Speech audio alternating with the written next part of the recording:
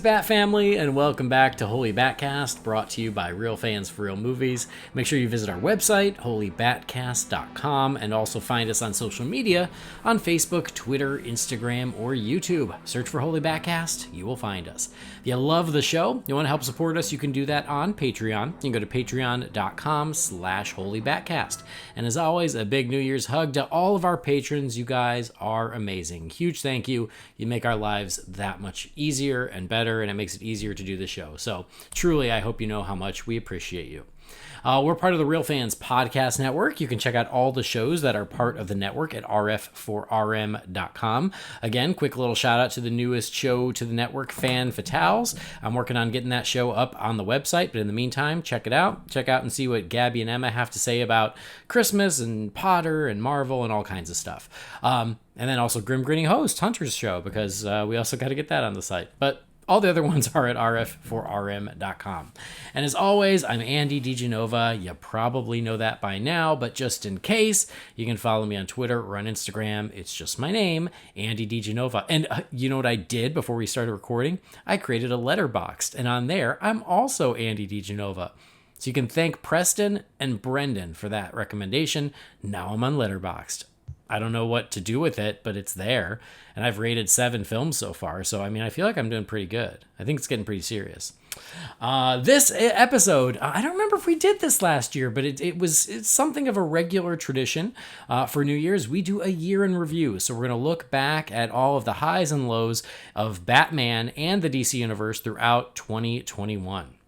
And joining me to talk all about the past year, I got both of my Bat brothers, the 3 of us together. I don't know the last time the 3 of us have all been together. Maybe you guys know. It's been a minute. But anyway, it is Brendan and Jamie. So Jamie, welcome back. Happy New Year. Thanks, man. Happy New Year to you, too. It's kind of an unusual thing for the 3 of us to be together. It feels to me like it's been at least a couple of months. But yeah, I don't remember. I mean, Brendan was saying on the last episode, I think he hadn't even been on the show at all since September. Yeah, the last time I was on before yesterday's show was the first Long Halloween review. So maybe it was Fandom, all 3 of us? Maybe? No, I couldn't even make that one. Oh, damn. I don't even remember. You guys recorded, like, way out of my time zone for that one. Oh, well, shit. Well, it's I been mean, if you lived time. in a time zone that was even remotely normal, this wouldn't be a problem. Well, you know, like I said, I blame fatherhood and Andy moving back to America. I mean, Christ, what kind of backwards country has hot weather at Christmas time? It doesn't make any sense. You should not be sweating your balls off at Christmas. You should be hanging. Well, you know what? You should be hanging balls on the tree. Manscapes. You know what? I'm no longer sweating my balls off at Christmas. Thanks to Manscaped. It's a Manscaped. Use the code word BATSCAPE. 20% off. Use promo code BATSCAPed. No, yeah, I mean, God, I don't even know the last time. I'd have to check. But it is good that the 3 of us could make this happen. I miss you guys. I mean, I talk to you both separately, but it's nice to have all 3 of us together again. Yeah, I mean, we talk daily pretty much in our group chat. I mean, that's true too, but it's different, you know? Yeah, but it's just the 3 of us shouting obscenities at each other. I mean, there's no real conversation involved. That's all it is, yeah. We'll shout obscenities at each other and make crude jokes and share memes and photos that we don't want to put on our personal timelines for the reason of content and whatnot. Yeah. Keep our private thoughts in our little group chat. Yeah. But yeah, it's I want to start singing the Muppets together again. Gee, it's good to be together again. No. Muppets Take Manhattan. It's wonderful. No, okay. If you want to talk Great Muppet Caper, I can get involved in the conversation. Okay. But any of the other ones prior to the 2 newest Muppet movies, I can't really help you. Well, that's okay. Someday. But I would Great Muppet Caper, man. I watched that. Me and my cousin, when we were over at my grandparents' house, watched that on HBO like every damn day. Like, my grandmother would get mad at us at some point after like a month. It's like, are you watching that Muppet movie again?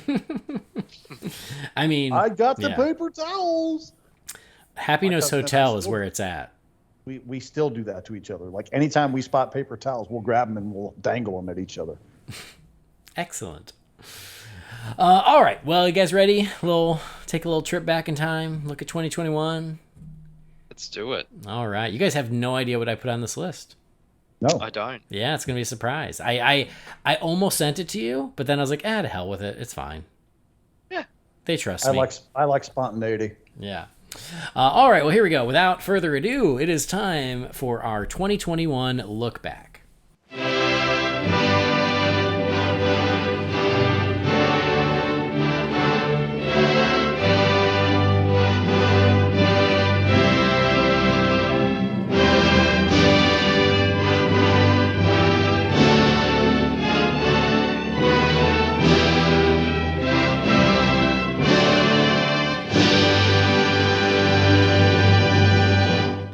I did go back and I tried to remember all the big moments or things or releases with especially Batman, but of course all of DC. And I did create a list, so I at least have one entry per month for all of 2021. I think I hit all the big ones, but if I didn't... If you didn't, you're going to hear about it. Yes, please feel free to go, hey, dumbass, what about this? And I go, oh, yeah, you're right. Totally didn't think of that. So March was pretty quiet. We can probably skip over March. Obviously, nothing happened in March. That's fine. All right, so with that disclaimer out, here we go. Y'all ready? We're starting with January of 2021, and it is crazy. Like when I was putting this together, I was looking at the things that happened early in the year. I'm like, I can't believe that was all the same year. It feels so long ago, and everybody lost concept of time. Yeah. About spring of 2020, and I don't think any of us have regained our footing since. At least I haven't. No. I guess I can't speak for everybody, but I couldn't believe it. I've been off work for like 5 or 6 straight days. I don't even know what day it is right now. Yeah, that time between Christmas and New Year where you don't know who you are, what day it is, what year it is. I like that. It's kind of nice where I'm like, I don't even know, and it doesn't matter. It's great. Except it'll matter when I'm, they're expecting me back at work and I don't show up because I don't know what day it is. Yeah. But for now, it's nice. So anyway, this feels much longer ago than a year, but here it is. So January of 2021, we saw the release of the animated film Batman Soul of the Dragon. That released on January 12th. We have yet to do an episode reviewing that film, but it's worth mentioning because, it's a Batman animated film. So if you want to give some quick thoughts on that, Jamie, I don't know if you watched it. I don't even know. I still haven't seen it, which is weird because that seems like it would be right up my alley because, I like 70s chop-socky kind of stuff. So mixing that with Batman, even though from what I hear, there's not a great deal of Batman in it. You would think that would be something that would appeal to me, but you know what? If it doesn't show up on HBO Max, I'm probably not going to spot it. Mm-hmm. Well, yeah. In a lot of these, I feel like you often will wait on until I force you to do it for the show anyway. That's also true. Yeah. So it kind of gives you that last little push you need to watch it. Brendan, did you watch it? I did. It's kind of like it's a Batman movie in the way that Assault on Arkham's a Batman movie. That's really a Suicide Squad movie. This is more like a 70s, kung fu movie set in the DC universe, which it was fun. I liked it. It's been I don't think I've watched it since January last year, so it would be like watching it brand new again. I don't remember a hell of a lot about it. But I remember it being a good, whatever they are now, like 80, 90 minutes. Yeah. Yeah, and I think that I sort of skewed the sample here with Jamie because it's probably me that you heard it from where there's just not a lot of Batman in this Batman movie. And they used Batman as an excuse so they could make an animated 70s almost DC movie like that, and that was I didn't love it, and that's why is it just I wanted it to embrace the DC universe more, and it almost barely does. So if you're super into that sort of thing, 70s kung fu movie, and you want to see it with just a little dash of DC, then this is probably your thing. Because when it came out, I remember a lot of people loved it, and I think that's great, and it got me really excited about it. And then when I watched it, it just wasn't my thing. I just wanted more Batman. I wanted it to be a little more DC focused because I thought that the bones were good, and I really liked the idea of let's lean into the 70s versions of these characters. I think that could be a lot of fun. But yeah, it was not all that interested in being a Batman movie. And so for me, I think that's part of the reason we haven't reviewed it yet is once I saw it and I didn't love it, I wasn't all that, excited to review it on the show. Guess what was just added to HBO Max? Soul of the Dragon? And Justice Society World War II. Of course I was, because I finally bought the damn thing. So, I mean, well, if it's on HBO Max, maybe we do it for its 1 year anniversary. Yeah, why not? Get it out of the way when we're looking for something to do in a week or so. We could do that. But yeah, so that was my thoughts. Again, a lot of people loved it, and I think that's great. It just wasn't for me. Maybe I'll like it again, or maybe I'll like it more when I do revisit it. So that's all I got for January. Moving into February, we had the premiere of Superman and Lois. I thought that was worth mentioning. That premiered on February 23rd. I've lost track of so many of the DC shows on the CW. The only ones I really keep up with are Superman and Lois and Batwoman. And even Batwoman, I think I didn't finish the last season. I got, distracted and never went back to it. But Superman and Lois was so good. And it's another live action version of Superman, a really great version of Superman and Lois, if I can say that. I thought it was worth mentioning. So, Brendan, I know you watch it. Yeah, I didn't realize that was so late in Feb that it came out, because I know season 2 starts in like 12 days or something. Like, it's not far away. Oh, nice. Yeah, no, I really liked it. When they announced Tyler Hoechlin as Superman, I was like, oh, okay, sure. And then, within the first, I think maybe 2 or 3 minutes when he first showed up in season 2 of Supergirl, I was like, oh man, he's really good. So I'd been on board with him as Superman since he first appeared. So I was really excited about Superman and Lois. I'd been one of the people who'd been screaming from that appearance in Supergirl that's like, this guy needs his own show. And thankfully it finally happened. So, and it's a really good show. Like, it's a different take on the character, obviously, with the kids, and they're not in Metropolis, and these aren't spoilers. It's all in the trailers. But that's the whole premise of the show. Yeah, exactly. Like, I think they pulled it off really, really well. And I'm kind of like you, Andy. I've really sort of been proud of myself in the fact that I've kept up to date with all the CW shows. I dropped off Batwoman after season 1. I was kind of like, I wasn't too crash hot on it anyway. And then when they sort of changed the whole character, I'm like, well, okay, I sort of just wasn't interested. But I've sad to say, like, I've dropped off the Flash and Legends. And at the moment, time is everything, and I don't have time to watch stuff that I'm not loving. Mm-hmm. So yeah, but Superman and Lois is definitely, it's the one that I'm really excited for, and will continue to watch, and Stargirl too. I've kept up to date with that one, but yeah, Superman and Lois, if you haven't watched it, is definitely worth your time. And I think Tyler Hoechlin he's a great Superman. Yeah, I forgot about Stargirl. I guess that is technically a CW show now, but I watched it on iTunes, so I didn't even think of that. So yes, I watched that too. I watched Superman and Lois and Stargirl. Those were the only 2 that I watched the entire season of. Batwoman, I got through probably half this second season. But yeah, Jamie, I don't know if you ever got around to Superman and Lois. It's like number 8 or 9 in my queue on my HBO Max watch list, but I have to get through the other stuff before I get to that. I still have to get through. I'm not current on Young Justice. I'm not current on Doom Patrol. I'm still halfway through season 2 of Doom Patrol. The only reason I got current on Titans because I had to do it in a hurry to get done for that season end review show that we did. So I mean, I'm just so far behind on things. Yeah. Meanwhile, my Game of Thrones and Seinfeld rewatches are going great, but Classic. Isn't that always the way? I should watch this new show. Instead, I'm going to watch this show I've seen 100 times. Well, the thing about it is like when I'm doing things, I want to be, I don't want to give something half my attention when I'm watching it. If it's a show I've already seen, I can let that go. I can still do other stuff, or I've been nodding off to Seinfeld for about the last 2 weeks because it's on Netflix and it's just real easy to watch. And, I love that show. It gives me joy to watch that show. So it kind of centers me a little bit in tough times and that sort of thing. So that's how I can justify watching those instead of the new stuff, is I don't want to be watching Superman and Lois and fall asleep 30 minutes into an episode, Yeah. Well, I think the show probably deserves better than that. And if it doesn't, I'll figure it out in a hurry. Yeah, it does. It's on HBO Max though? Yeah. Oh, that's good. That's good. Yeah, I much like Batwoman, I bought it on iTunes, and Stargirl, I bought it on iTunes because I was still overseas when that happened. So it is great. I loved Superman and Lois. I thought the first season was excellent.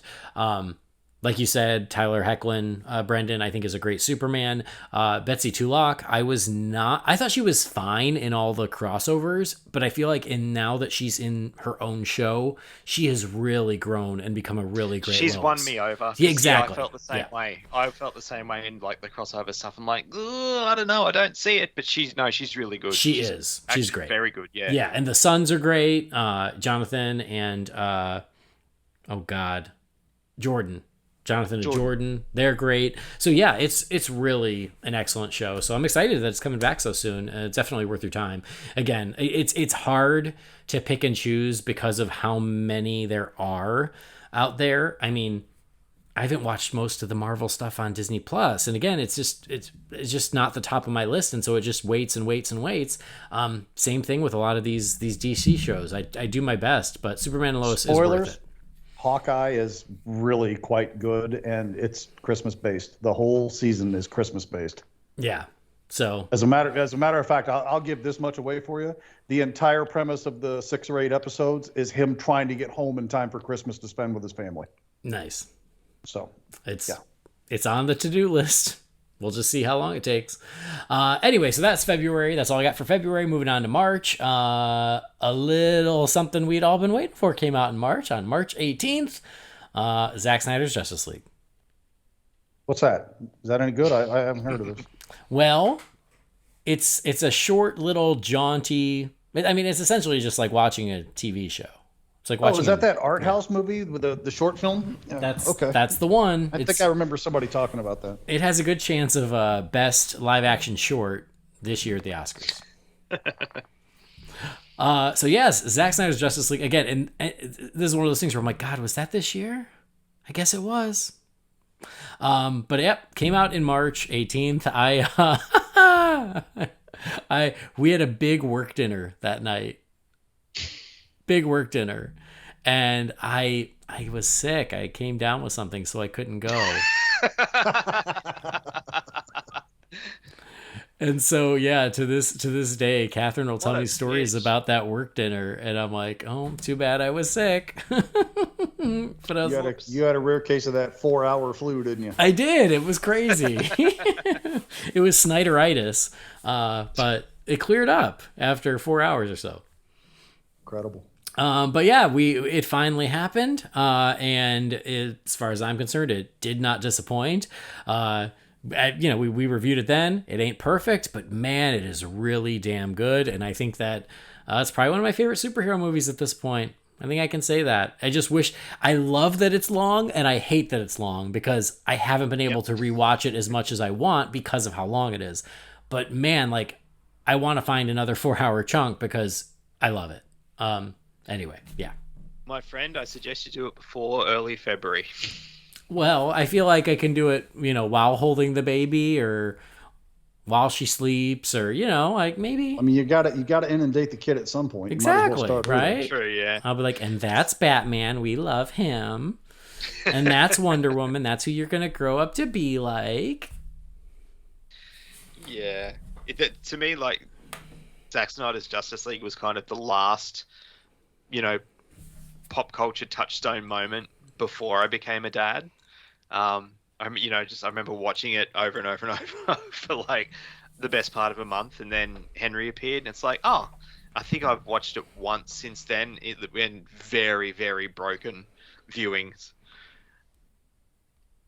Well, yeah, I've seen this thing like 7 or 8 times, and guys, I got to tell you, this movie gets better every single time I watch it. But of course, it's so rich and packed with detail and everything else that at a 4-hour running length, guess what? You notice things every single time you watch it that you didn't notice before. It's so visually rich, and there's just so much going on. And as a matter of fact, the one and only Black Friday purchase I made this year, that Blu-ray disc, the 4K Blu-ray disc, is usually $35 to $40 retail price.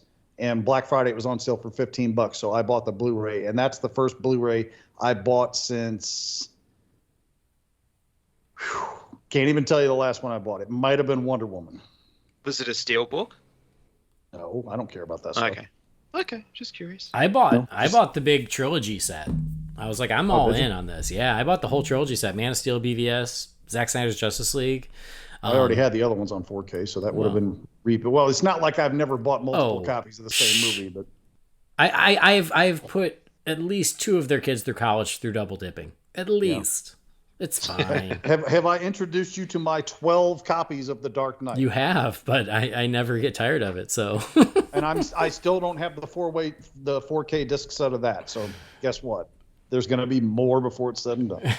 Yep. But no, Zack Snyder's Justice League is just, it's an amazing feat. It's an amazing accomplishment, and I hate the fact that it's not what we got and it took so long to do. But as so many have pointed out, it's probably better that it happened this way because it gave people an appreciation for how bad it could have been.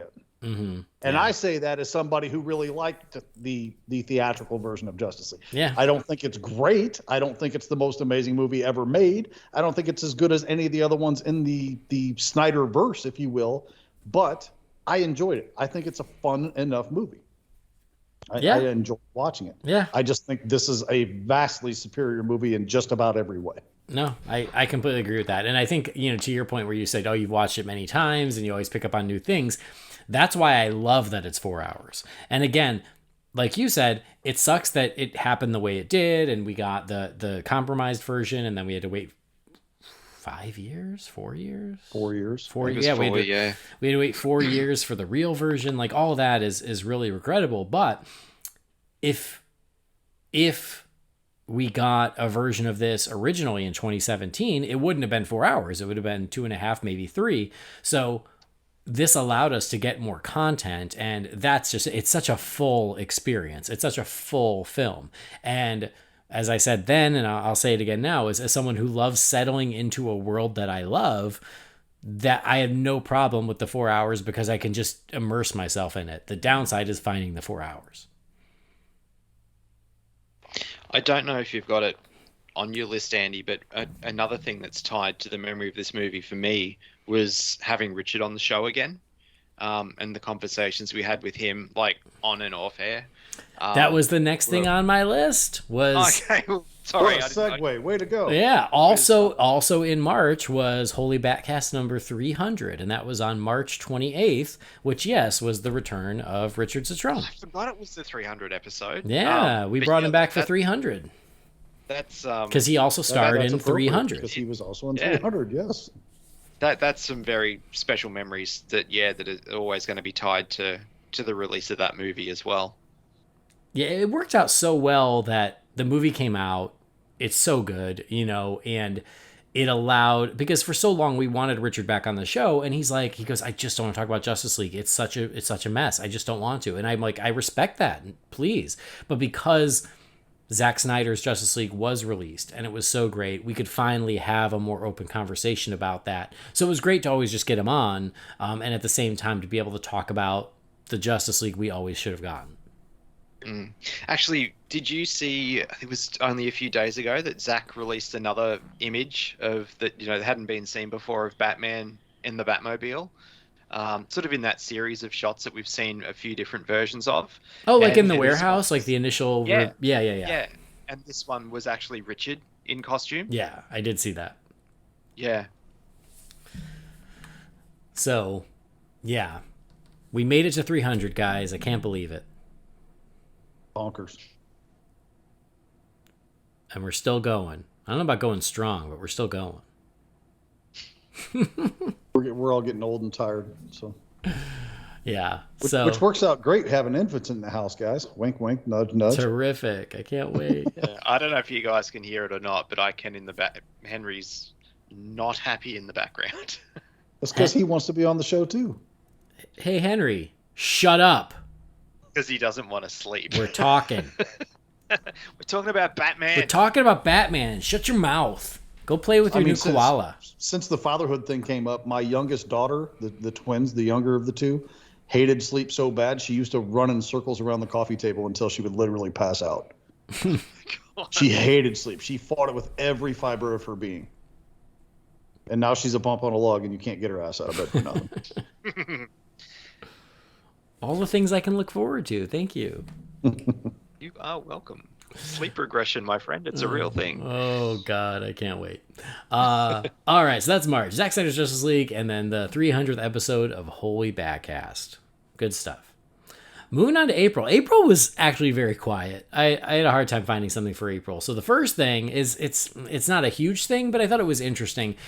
We found out on April 1st that the New Gods and the Trench films were no longer happening.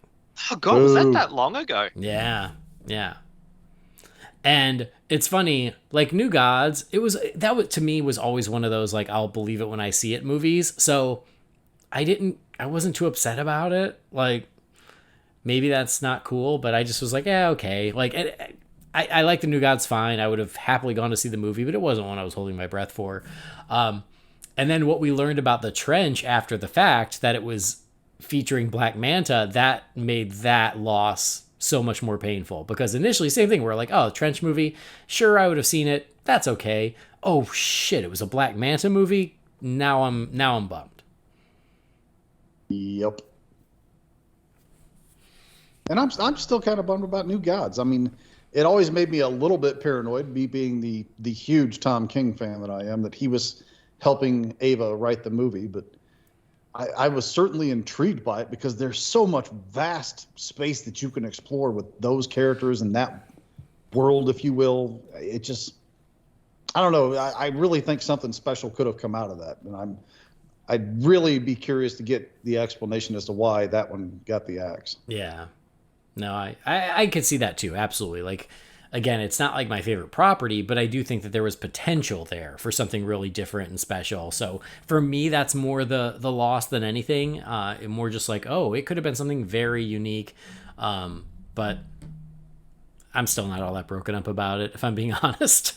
I mean, my main thing would have been, that was going to be really a big opportunity to get Darkseid fully evolved into the world, Mm-hmm. Yeah, for sure. Which is, obviously a huge piece of the DC universe. So mm-hmm. Is what it is. Yeah, and Big Barda would have been cool too. Oh yeah, don't even the Furies, yeah, all that stuff. Granny Goodness. Well, Ed Asner passed away, so he could no longer play Granny Goodness. True.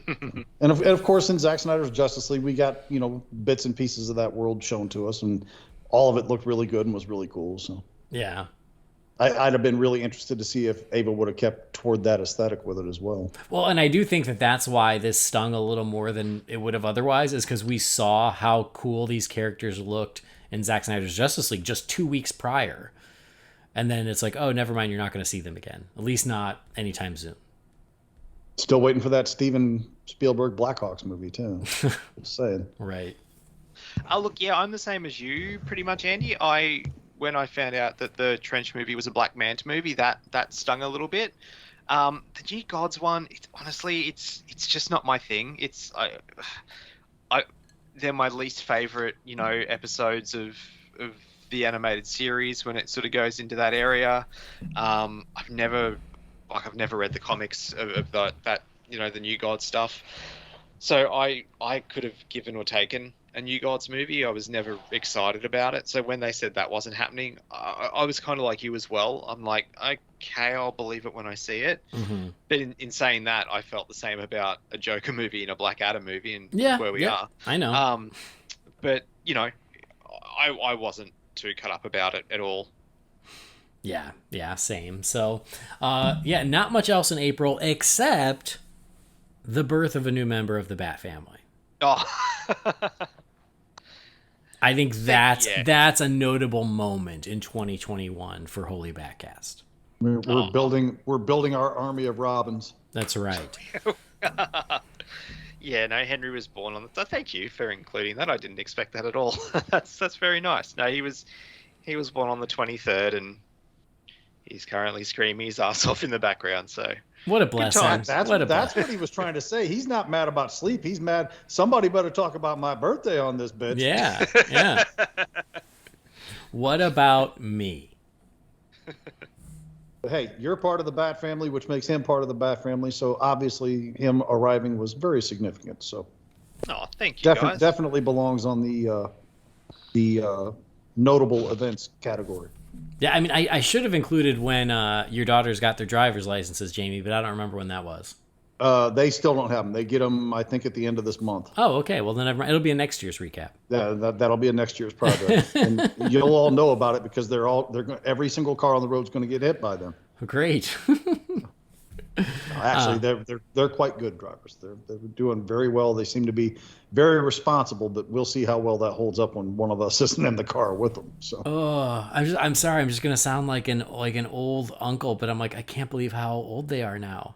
It doesn't seem possible. When we started this show, they were kids, like legit children. They were born in 2005. We started the show in 2014, so they were 9 when we started the show. My son was 6, and he's 13 now. So. Oy.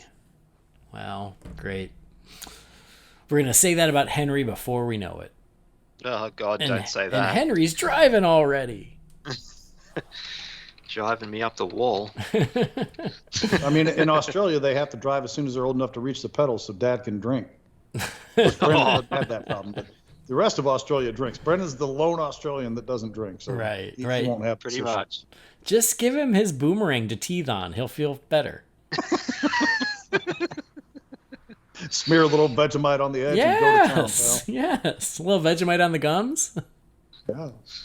You joke, but... Anyway, so that's April.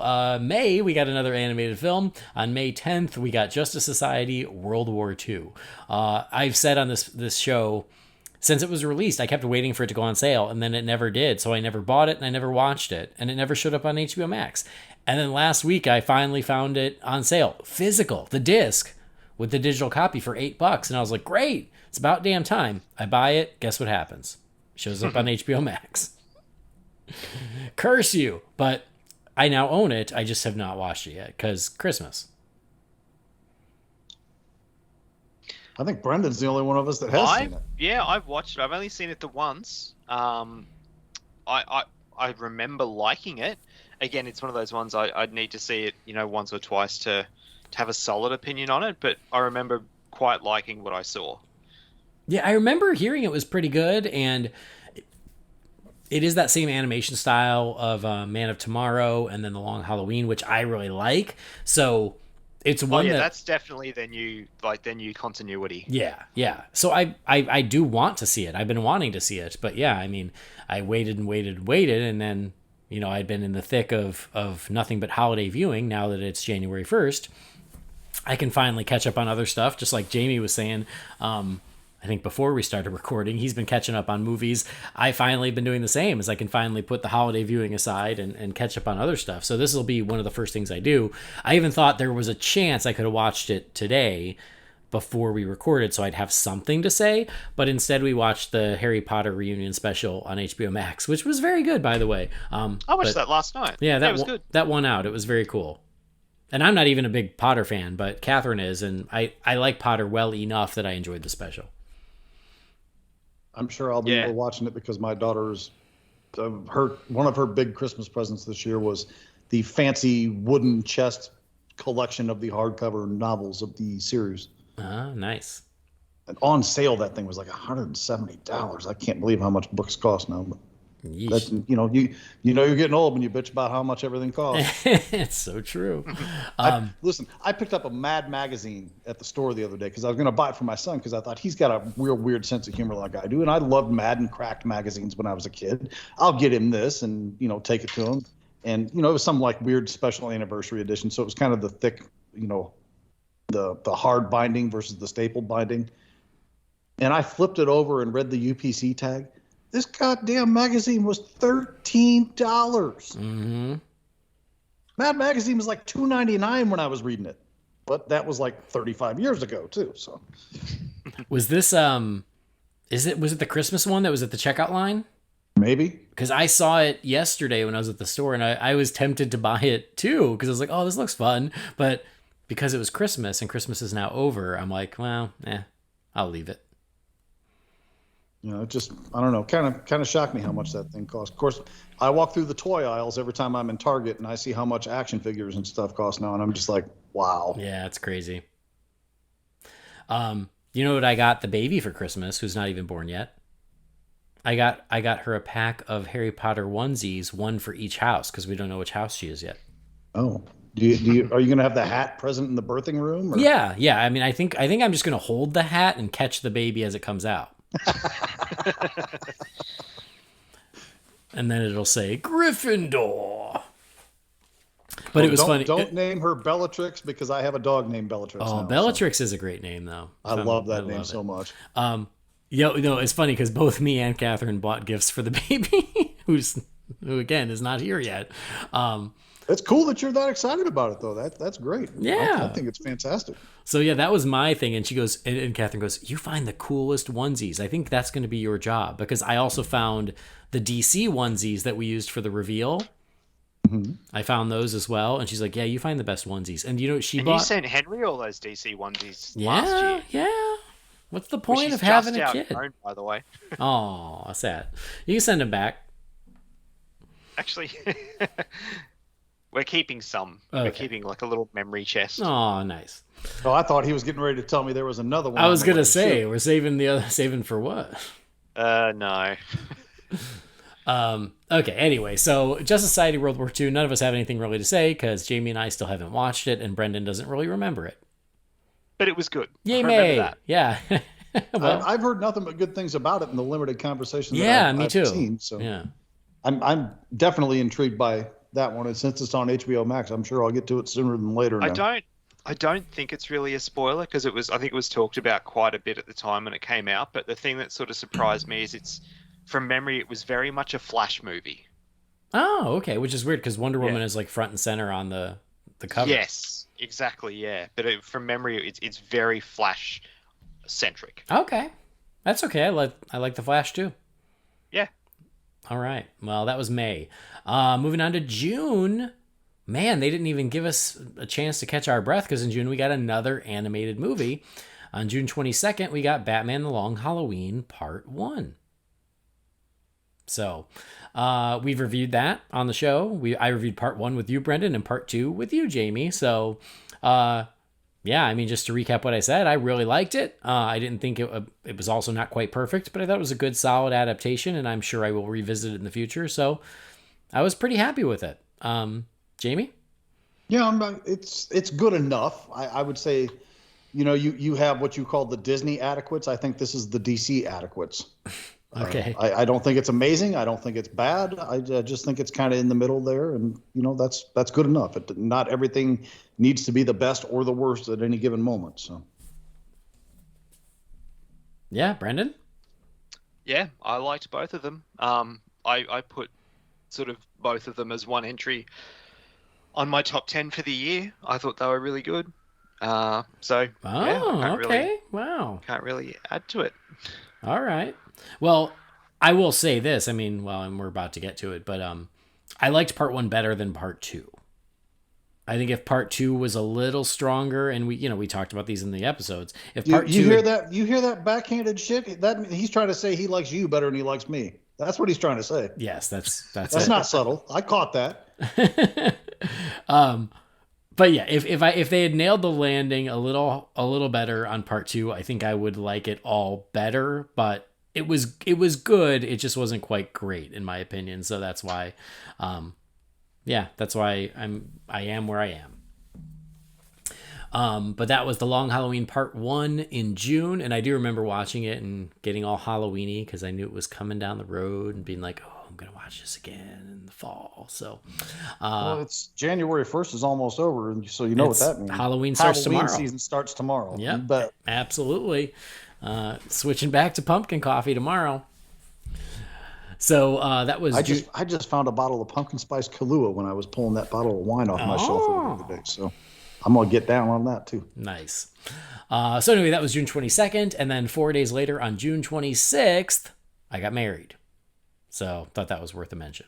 Also definitely worth a mention. Significant. So I mean, and in case nobody's ever mentioned it on this show, his wife is freaking awesome. She is awesome. She is. Yeah, I don't disagree with you. She's great. She's quite a catch, that one. So indeed. I mean, and we talked about it. I mean, the year in review, and Catherine posted it yesterday, and I was like, well, I can't really add to this. She got it covered, but we had a hell of a 2021, which is why I think my sense of time is so messed up for the year because so much happened. we started the year in China. We finished the Universal Studios Beijing. We moved back to the States. We got married. We found out we were pregnant. We moved to Florida. We bought a house. We started a new job. It's been a lot. And like I said on that post, anytime I have a major task forthcoming, I'm hiring the two of you to do it because the two of you have done an entire lifetime's worth of work in 6 months. It's a lot. So that's why when I think about, the simpler time, shall I say, in March and being like, God, that feels so long ago. But all good stuff. And that's the other thing is a lot of people are like, oh, F 2021. I was like, I'm actually pretty grateful and happy with how the year went. It's not all great, of course there are ups and downs, but I'm pretty happy with how 2021 treated us. We're pretty lucky. Indeed you should be. Yeah. So little marriage on June 26th. July, Batman the Long Halloween Part 2. So there you go. Like I said, I thought Part 1 was stronger than Part 2. I think at Part 2, was just a little. They just hit the right notes in the big finish. I would have liked it a little better, but I will still buy the combined version. So whatever. Speaking of double dipping, what are you gonna do? Sometimes it just can't be avoided. Yeah. So Brendan, you said you lumped them together and they made your top 10 of the year? Yeah, I mean, I thought combined, it's kind of like the Dark Knight Returns. I would sort of take them as one full piece as opposed to the two. Now that that we have both of them, and I think it's a solid Batman movie. So yeah, if the solid Batman movies are released in a year, it's pretty much guaranteed to make my top 10. I mean, that's fair. It is true. It is the. It is. I mean, unless you're counting Zack Snyder's Justice League, it's the Batman movie we got this year. So. Yeah, exactly. Valid point, and very much a 100% Batman movie. It is, yeah. Not like Soul of the Dragon. I have Part 1 at number 24 and Part 2 at number 25, so I guess you could say I lumped them together too. So. Yeah. And I watched a lot of movies this year, which is kind of unusual for me. I don't usually see this many in a year, and I still got 7 more to go. Well, I think me and Brendan were talking about it because we're getting ready to prep the Real Fans year-end episodes. And I was like, oh, no, Jamie tries to shove in as many movies as he can before we record. He does because, you get these movies that get released in, usually between October and December, and it's so damn hard to get those movies in because you don't know when they're going to hit home video, and I don't like going to the theater, and even if I wanted to, none of these 7 movies are currently playing in a theater, so it's just it's a tough thing. So I inevitably always wind up with 5 or 6 that I wanted to see and didn't, and then when I finally see them a couple months later, I'm like, shit, that would have made my top 5. Yeah, what can you do? No, you just got to go with what it is. Yep. All right, August is very full. There was a lot in August, and the first thing was the only theatrical DC film we got this year, which when I was looking back, I was like, wow, it really was very light as far as DC movies go. And I guess it's because of the shuffle, because of the pandemic, and then bumping the Batman to well, now this year, but to 2022. So yeah, the Suicide Squad is the only theatrical DC film we got this year. So Jamie, thoughts? I'm gonna hold on. I'm gonna grab my popcorn. I'm gonna take my mother's advice and not say anything at all. Because I don't have anything nice to say. Okay. Well, then, Brendan, you take it. Look, I remember when we did the review. It to me, I enjoyed it. I had a fun time with it. I still don't think it's a movie that necessarily needed to be made or that fans were asking for. If someone gets given the key, like literally, apparently he was given the keys to the DC, universe and do whatever he wanted, and he chose to do a quasi sequel to a movie that I like, but a lot of people don't, and then use characters that left some of the biggest DC fans scratching their heads going, who? All that aside, I had fun watching it. I sadly never got to see it in the cinema. I really wanted to. I tried to make that happen, but it just couldn't. So, yeah, it was definitely a movie that came out, and it was one I had fun with. I don't know how often I'll revisit it, but it was fine. Yeah, I mean, I think we're very much on the same page as far as it goes. Like, I liked it. I enjoyed it. I was entertained. I bought it because it went on sale over Christmas, so I've got it. But yeah, like, it's just one of those where I wanted to like it more than I did, and it's one that didn't leave much of an impression. So I was entertained watching it. I would happily watch it again if tonight Catherine's like, let's watch the Suicide Squad. I go, yeah, sure, that's fine. But it's just not one that stayed with me. So yeah, I think it's a pretty good, fun comic book movie, but not much more than that. So as the year is wrapping up, or actually it's over now, but I'm starting to see people's best of lists, and it's landing on a lot of best of lists, which I'm like, I'm glad it worked better for those people than it did me. Not to say it didn't work for me. For me, it was a little more forgettable, I guess, is where I land on it. But I like it well enough. Honestly, I think for me, my best memory of the movie is just going to see the movie, because Catherine and I were in Vermont for her brother's wedding in August when this movie came out. And so we were like doing all these wedding things for her brother in this tiny town in Vermont, which was lovely. And it's exactly what you would picture Vermont to be. It's like a postcard, and everything had maple syrup in it, which I was not mad at all. I think I sampled every maple latte that was in the town. But they had a tiny little movie theater. And so one night that week, Catherine and I made the time to go to this tiny little movie theater to see the Suicide Squad. So I just like that memory is very fun, of like, oh, remember when we were in Stowe, Vermont, and we found this tiny theater just so I could see the Suicide Squad. But it was also empty, and so it was also kind of awkward, where I'm like, I bet this would work better if we were surrounded by people like laughing and having fun. Yeah. And that's where I think I missed that seclusion experience. Seclusion viewing is the only way to do movies. Only way.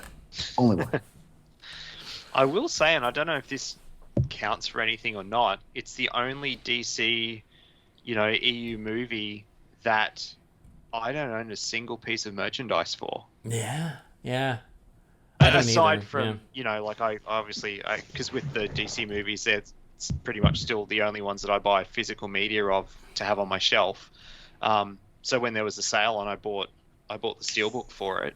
But in terms of, like a shirt or even like a pop vinyl or something, like I don't have anything for the Suicide Squad. Yeah, neither do I.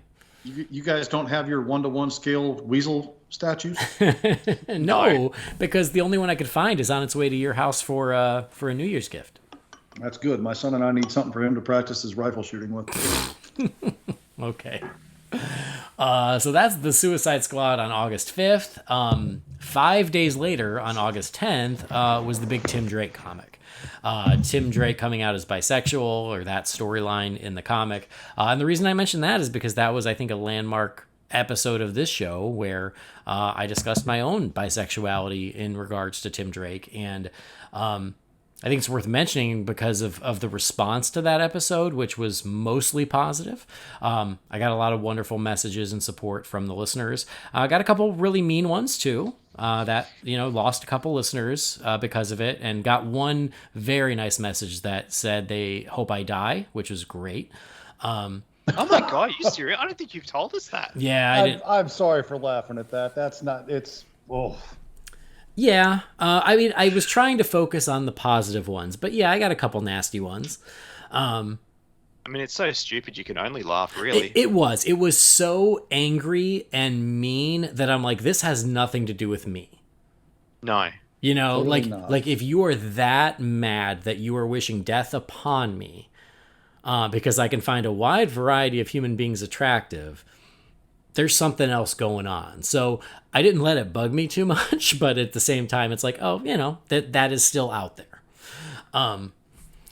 And sorry to make you edit, but I know we joke all the time, but there are some real cuts in the world, and that's made me very angry. I'm sorry that you had to go through that, but that's okay. I mean, the negative responses I got was like 3 people. You know, like it was very minuscule compared to the amount of positive and supportive responses we got to that episode. So that was kind of why I wanted to mention it, because it was a big thing with Tim Drake, who's, you know, one of my favorite comic book characters, and the fact that how it related to me as a human being, and then to be able to acknowledge it and discuss it on this show and get such a wonderful response from 98% of the people who listen to this show was really meaningful. And I, you know, was really proud of that and happy with how that went.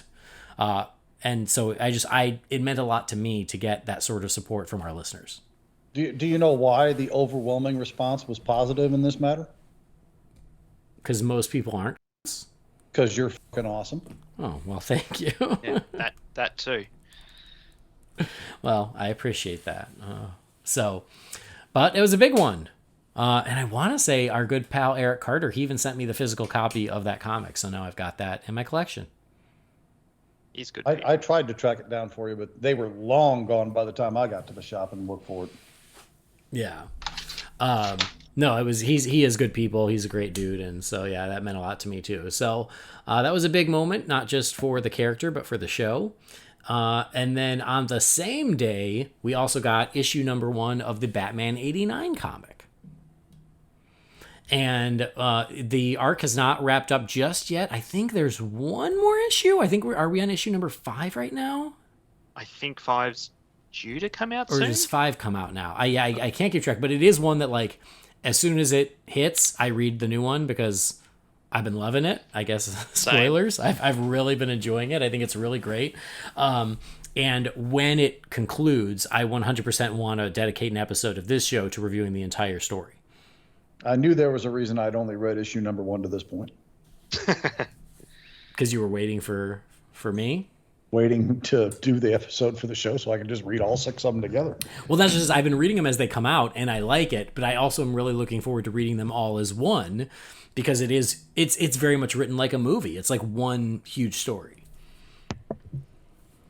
So I've really been enjoying it. I think the artwork is really excellent. I think the story is very good.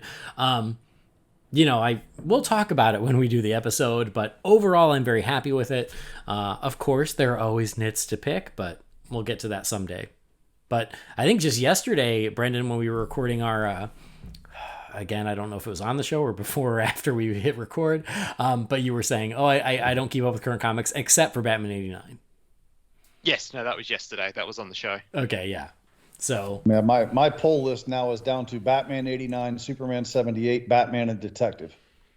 And truth be told, I'm probably going to drop Batman and Detective sooner than later, just for financial and the fact that I have a stack that's about 4 inches thick that I'm just not reading right now. So, yeah, I get it. I think the only ones I keep up with, like comics, is obviously Batman 89, the Batman main book, the Batman Adventures Continue. Superman. So I've even dropped off that. Yeah, it's still going. Superman 78. And I think that's it. I think it's just those 4 right now. Oh, and Batman Urban Legends, which is actually really great, by the way. It's expensive, which is the downside, but it's really good. Is that one of those black label books that's the premium format where it's like magazine size? It's not. Because I got to tell you, those drive me nuts because you have to buy whole separate bags, whole separate backboards, and whole separate boxes to put them in. No, it's normal size, but it is thick, and I think so. I think it's like $5.99 or something, I think it's $9.99. So because it's thick, yeah, it is. It is, but it's really cool because like that's where the Tim Drake coming out story was. They did a really great Red Hood arc that I was really impressed with. It was a really great Red Hood story. So it's Batman, but also the greater Bat family, and then they have a bunch of stories about a lot of them. So it's expensive, but the stories I've been really enjoying. Anyway, I also mentioned that Superman 78 is on my pull list. That one I've been enjoying just as much as Batman 89. That one came out on August 24th. I think it's been great too. I don't like the art as much as I like the art in Batman 89. I think for me, that's the biggest drawback. The art is fine, but I don't love it. It lacks detail. But the writing in Superman 78 is fantastic, and it totally feels like it could have been the Superman 3 that maybe we all would have wanted way back when. I read the first issue and really liked it, but it's one of those ones, like, it's not Batman, so I'm not going to get it monthly, but I will wait for there to be a trade. Yeah. And, you know, when Comixology have one of their, you know, their DC sales or something, like, I'll definitely pick it up then and read it. But yeah, the first issue was really good, and I'm also with you on the art. I don't dig it quite as much as Batman 89. Right. But the writing, like, I don't even get this with Batman 89, but with Superman 78, the writing, I can hear Chris Reeves' voice. I can hear Margot Kidder. Like, that's how spot on the writing is that I literally hear the actors' voices, and I don't quite get that with the Batman 89 comic. Oh, that's awesome. Yeah, so it's definitely worth your time, but I totally understand. Wait for the whole thing to come out in one shot. Much like Batman 89, when it wraps up, I'd love to do an episode on it. No one will download it, but it'll be fun for us. And then also in August, on August 12th, was Titans Season 3. Now, just 2 or 3 episodes ago, we reviewed Titans Season 3. So... Brendan, though, you weren't on that, and I don't know if you kept up with it, if you finished the season. I have watched Titans, yes. Well, there you go. Me and Jamie just shared our thoughts like 3 episodes ago, so it's not much is going to change. Yeah, I actually haven't had a chance to listen to that episode yet. What? How dare you? Sorry, I know they've changed my role at work, and I'm on the phones a lot. That's I'm right. on the phones a lot more, so I can't listen to podcasts while I work. So I've really fallen behind on a bunch. But look, I liked it. Overall I liked the season. There were some issues I had with it. I didn't dislike the Jonathan Crane character, like I know a lot of people did. They had some issues with it. I was fine with it. It worked for the story they were telling. I would have loved to have seen him put a mask on. I don't think that would have killed them. No. But they didn't, so that's fine. And for a show that, you know, in terms of costumes, is actually really good. Yeah, that was a little bit disappointing. I still don't like the interpretation of Bruce overall. I never really have, but I love the core cast enough to sort of forgive all that, because to me, like, Bruce and you know, they're secondary characters anyway, but the core cast is still really good and entertaining. So yeah, it's just a shame. My biggest nitpick is there was less Dove than previous seasons. Yeah, but no, it's good, and I'm looking forward to what comes next. I'm glad it got renewed again, so yeah, bring it on. All right. I mean, honestly, a lot of what you said is pretty consistent with what we said in that episode. When you get a chance to listen. We very rarely have major, you know, differing opinions. Yeah. I mean, you're more in line with me than you are Jamie. I think Jamie, the second half of the season 3, really, he, you know, really lost him. Whereas I, like you, I was like, generally I liked it, but there were things along the way that I did not think worked as well. Like you said, some of the Bruce choices, how hard is it? If you're going to make Scarecrow the big bad, then just make Scarecrow the big bad. Just like own it and let him be the Scarecrow. But they decided to go this stupid thing where he doesn't want to be the Scarecrow anymore, and he's got this internal conflict, and it's like, who cares? Just be the Scarecrow. God, he uttered that line about the time for masks is over, and I was like, are we suddenly in 1994 comic book movies again here, or what? Anyway, sorry. That part aggravated me. So, but yeah, checks out. Anything else you want to add there, Jamie? Nope. All right. Okay, let's move to September. So we just talked about Titans. In September, we also got Doom Patrol Season 3. Premiered on September 23rd. I am still, I think, 2 episodes behind. I haven't finished the season yet because, again, Christmas. I was doing really good, keeping up with Doom Patrol. And then once the holidays hit, all of my viewing time goes to holiday stuff. And so Doom Patrol had to get pushed off to the side. So my hunch is I will finish it over the next week or so because I'm very close to the end. But Jamie, I know you said you haven't even watched season 3. No, it's one of those shows I pretty much have to watch by myself because it's not exactly what I'd call child appropriate. I mean, my daughters, they're probably old enough for it now at 16, but they spend all their time in their rooms now. And who knows what they do up there? My son, he's still a little too young for that content. And I'd watched an episode with my wife in the room, not last week, but I think it was the week before Christmas, I think it was. And she said to me, Jesus, like, how'd that go? 10 minutes in, she goes, "What the hell are you watching?" I was like, "Doom Patrol." Like, this is so weird. I'm like, you should see one of the episodes where the actual physical street is a living being that harbors LGBTQ plus people. And she just looked at me and shook her head and raised her eyes like, wow. Like, okay. Or what about the attack of the sentient butts? Yeah. Yeah. I was thinking of the arse episode. Brendan, did you watch season 3? I haven't watched a second of it, unfortunately. Okay, wow. No. Although I didn't enjoy season 2 as much as I did season 1. Oh, thank God I'm not the only one. So I don't know when I'll get to it, or even if I'll get to it. But you know, if the opportunity presents itself, I'll jump back on. All right. I mean, I've really enjoyed season 3. It is a different vibe because I don't want to spoil anything, but, you know, that things have changed. The status quo has changed for the Doom Patrol. But I still think it's a great show. I like that they're still doing different things, but it still feels very much Doom Patrol. And yeah, I've really loved it. Michelle Gomez, I think, is a great addition to the show. She's terrific. Do you know who that is, Brendan? She was on Sabrina. Who is she in Sabrina? She was the teacher who then became Lilith. Oh, yeah. I know who you're talking about. Yeah. She's awesome. Okay. I think she was also on Doctor Who, but yeah, she's great. She's on Doom Patrol season 3. It's been really good. I can't wait to finish it. So yeah, I think it's just as good as the last 2 seasons. It's, you know, it's still got its own identity. It's also very Rita heavy, but I think Rita is awesome, and I love that she sort of gets to stand out front of the season. So yeah, I've been really happy with it.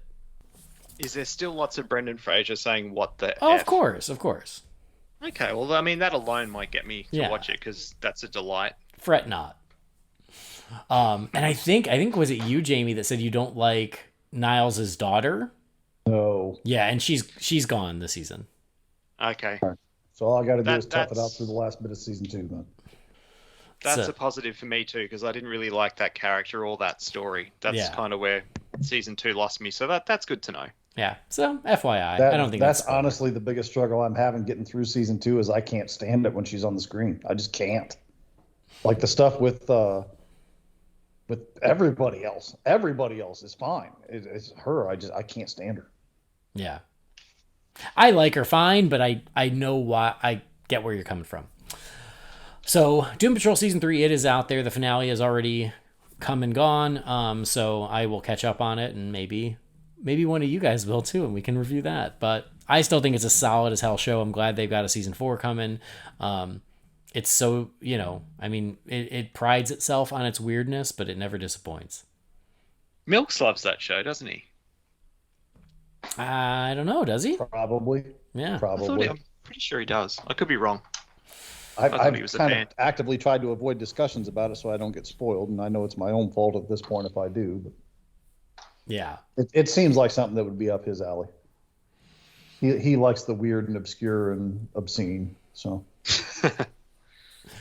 So anyway, that is September. Moving on to October. The big news in October all came from DC Fandom. That was on October 16th. And so, you know, obviously they covered everything around the DC universe, but the big stories were, of course, the TV and movies. So that we got, I think, the first full trailer of Peacemaker. We got our first look at Blue Beetle, which is now going to be theatrical. That was news I don't think we've covered yet, but I think that's great news. Batgirl.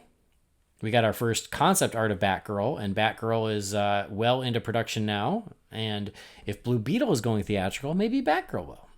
I think it should, but we'll see. We got another tease of Black Adam. We got our little teaser of The Flash. We got some behind-the-scenes footage of Shazam! Fury of the Gods.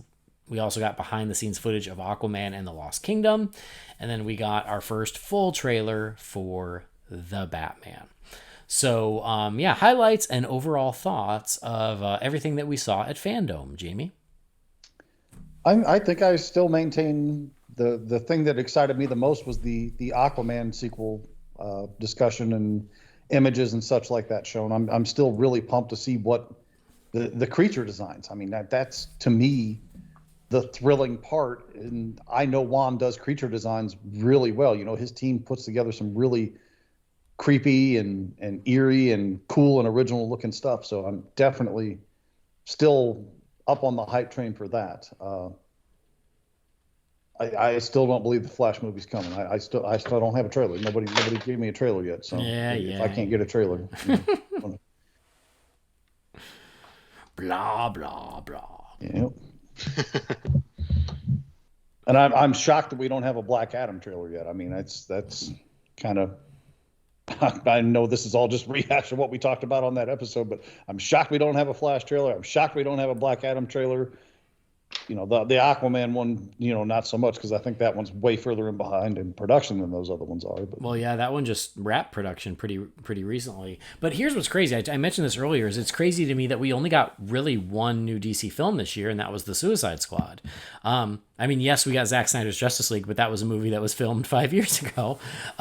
So what's great is that 2022, we're going to be feasting. We have a lot coming our way in 2022. We've got the Batman, we've got the Flash, we've got Black Adam, and we've got Aquaman 2. All of those in this next year. Is Shazam this year, or is that 23? I think that's 23. I think that's early the following year.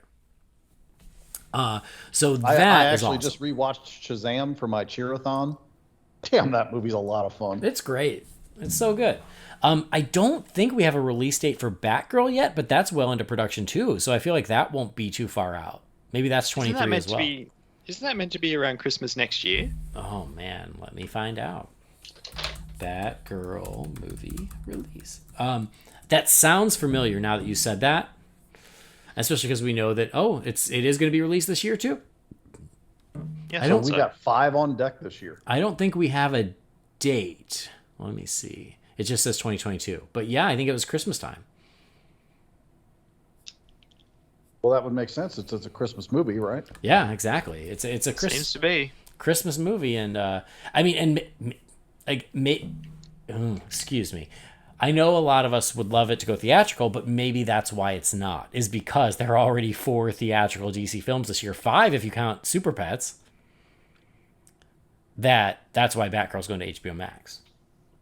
I mean, if there's 6, then we won't have a 60-day gap between any of them. I'm just saying. You can reshuffle it, I guess, but I do wonder. So yeah, I mean, I felt like 2021 was very light, and 2022 we will be feasting. There will be so much, and I'm really excited about it. We had this happen a couple of years ago too, didn't we? Like we had a real dry spell when we only had like 1 or 2, and then all of a sudden we had like 4 in 1 year or something. Yeah, I think so.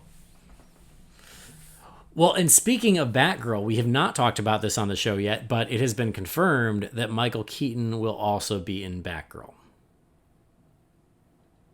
I don't think that surprises anyone. Well, there had been conversation about, like, you know, we learned Batman will be in it, but then the question was which Batman, and the director just said the real one. And so there was a lot of conversation. Would it be Affleck? I didn't think it was going to be Affleck because by all accounts, it seems like he is using the Flash as his goodbye. And so it does make sense that it would be Keaton, but now that we got confirmation, that is interesting because we've got Keaton's Batman, but J.K. Simmons as Gordon. So we're already mashing up the universes. Yeah. I mean, it could very well be, though, that it is in Affleck's universe, but, you know, we don't know how things are going to end up. Yeah. I mean, I think it's cool. I think it's cool as hell. That's great. I would rather have a Batgirl movie with a Batman present than one where they just pay him lip service and we never see him. Like make it part of the movie. And so yeah, I think that's really cool. And the implication is that because it's Keaton's Batman, is that it's going to be more of a Batman Beyond type setup where he is the mentor for Batgirl while she's the one who's more in the streets. Which I think could work as well. So I don't know. I think it's cool. I think it's exciting. I'm into it. I'm curious if that's where the whole he's going to be the Nick Fury of the DC universe thing came about. Yeah. Was him being that mentor for her in that film. Right. Because let's face it, Wonder Woman doesn't need Batman telling her what to do from an office someplace, you know? Yeah, exactly. So yeah, I think it's cool. I'm into it. Brendan, overall thoughts about fandom, highlights, lowlights? Fandom kind of left me a little bit disappointed this year. No, it didn't feel like. I don't know if it was because last year, 2020 now, was the first one or what it was. I don't know. I was left a little bit wanting, for lack of a better term, with fandom this year. I just feel the things that they did give us. I know this is going to sound like completely spoiled, but stuff like Black Adam and everything. It's like, guys, just show us the fucking costume. Like, I don't know what they've made this whole deal out of like revealing the costume. It's like, show us, like, the movie's wrapped, and it was, I kind of felt the same a little bit with the Flash. Like, I get that. I mean, their big money maker for the whole event was the trailer for the Batman. But the Flash had wrapped, and it's like, just, the Batman in 2020 gave us a kick-ass trailer. And they were a third the way through filming, and you had a couple of movies that had wrapped that gave us SFA, and it to me just didn't make a lot of sense. I was just left wanting. Whereas the first time around, I was completely satisfied with. I was shocked at the amount of stuff that they showed us, but yeah, just didn't have the same impact last year, unfortunately for me. So, and then the Batman trailer itself, I didn't especially love. So yeah, a little bit disappointed. Yeah, I mean, I know a lot of fans felt like that. I was actually very happy with it because it pretty much gave me everything I expected. So they certainly didn't give me anything completely out of left field where I was like, holy crap, I wasn't expecting that, or some huge surprise. But and that's just it. I think too many people, myself included, expect this to be DC's Hall H every year. Mm-hmm. And it's just not going to be that way. Yeah. See, the problem was it kind of was the first year. So they sort of set a precedent, and I just don't feel that they lived up to it this time around. Well, even through the first fandom, I kept thinking to myself, this was good, but it just seemed to me it could have been a lot better. Next year, it'll be better. They'll have everything more in line with what they're going to do, and they'll have more surprises, announcements, and all that other stuff. The buzz and the feedback and everything came back really strong for this, so they'll put more into it next year. And guess what? It was pretty much the same thing. Maybe but even less a little time consuming. Less. Well, I'll be the odd man out. I was happy with it. Again, I got glimpses of everything upcoming from DC one way or the other, including Blue Beetle and Batgirl, which had barely started pre-production at that point. So I wasn't disappointed. I was pretty happy with everything that we saw. And I also just understand the rationale of being like, no, we don't want anything to steal the focus from the Batman. So we are going to give you a little bit on everything else, but the main course is the Batman trailer. That's next. That's coming in March. That's what we have to promote right now. So giving us a full trailer for 3 or 4 DC films, I think would just maybe be too much noise. And so I understand the strategy of the main story is the Batman, and then once that comes out, then we start pushing Black Adam, or then we start pushing the Flash or whatever. So I do get it. I agree with you about the Black Adam reveal stuff. I even put that on Twitter where I was like, why are we playing coy? We've seen every part and piece of the Black Adam costume. Just pull off the Band-Aid. It's so silly. And, no offense to anyone involved, but, Black Adam's not Superman or Batman. Yeah. If we were getting a brand new one of those characters and it was the suit reveal, okay. But it's Black Adam. And also, we've seen the Shazam costumes. So it's going to be in the same vein as that. It has to be. Well, I mean, even in the case of Batman and Superman, the last 2 times that those roles have been cast to somebody, the very first production still showed him in the costume. Yeah. Man of Steel showed Henry Cavill in front of that bank vault or whatever it was, Yeah. in the full costume. The Affleck reveal of him standing next to the Batmobile, that black and white shot, full costume. Wonder Woman, full costume. Yeah. So it's happened with the Trinity. It just hasn't happened with this character that it's half the people won't even know who it is. Yeah, I agree. I agree with that. It's so weird that they're like pretending like there's some secret where there's not. It's like, we've all seen it. He looks like Black Adam. Why are you pretending it's some big surprise? Like, now the reveal means nothing because you've waited so long. So that I do agree with. Like, was it Total Film or something? Like, it was in a magazine recently, wasn't it? Yeah, yeah. And so by that point, I kind of didn't give a shit. Well, what's funny is we got the reveal of what Blue Beetle's going to look like in a movie that hasn't even started production yet. And it looks perfect. And you can't do the same for the movies that are already shot. I mean, we got the production, the concept art for Black Adam the previous year. Yeah. So again, like, you'd kind of showed us, like, is it just because it's The Rock? I don't know. Like, I feel a lot of this movie, I mean, let's be honest, the reason why it's happening, but I feel like a lot of this movie it's because it's The Rock. Yeah. Like, that's why things are happening the way that they are. And I think maybe he's having a lot of say in that. Yep. And I think he thinks that Black Adam might be a bigger deal than the character actually is. He's certainly trying to make him out to be. Yeah. No, I think that's fair. But aside from that, I was very satisfied with what we saw at Fandom. I was pretty happy with it. I get where you guys are coming from, but I was like, no, I mean, I'm cool. Like, I agree with Jamie. I think that my favorite thing was probably Aquaman, just because of how much I love that first movie, how much I love James Wan, how much I'm looking forward to a sequel. But, you know, the little bit they gave us of everything I thought was pretty satisfying. So that was Fandom on the 16th, but as an extra bonus for Fandom, they also dropped the first couple episodes of Season 4 of Young Justice Phantoms. So that also came out October 16th. Jamie, I think you already mentioned you have not watched it yet. I watched the first episode. Okay. And then I got sidetracked with holiday stuff, and I've just been screwed up ever since. But I will say, I mean, it feels very much on par with what I've seen previously, but the first episode is oh god, this is going to come off way worse than I really want it to sound, but it's slow. Mm-hmm. Like it's trying to set its feet and what's going to happen and build up and that sort of thing. So I mean, like I'm talking about one episode. I think there's probably 8 or 9 of them up by now anyway. Oh, the whole season's up, I think. Oh, is it? Yep. Damn, I am far behind. I've got one more episode to go, which is episode 13. Shows you how out of loop I am with that. Yeah, I watched episode 12 this morning with my morning coffee, so I'm almost caught up on Phantoms. What about you, Brendan? Don't be mad at me, but I still haven't finished season 3. I was keeping Fred Bug doesn't want to be your friend anymore.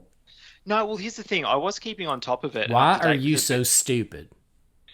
But you know how they split it? Like, they split the season, so they showed half of it and then it didn't come back for like a couple of months. Mm-hmm. Yes. Yeah, so in that, when they sort of split the season, I just didn't get a chance to come back to it. I did, like, when I was in Hawaii in late 2019, I did buy the season on DVD.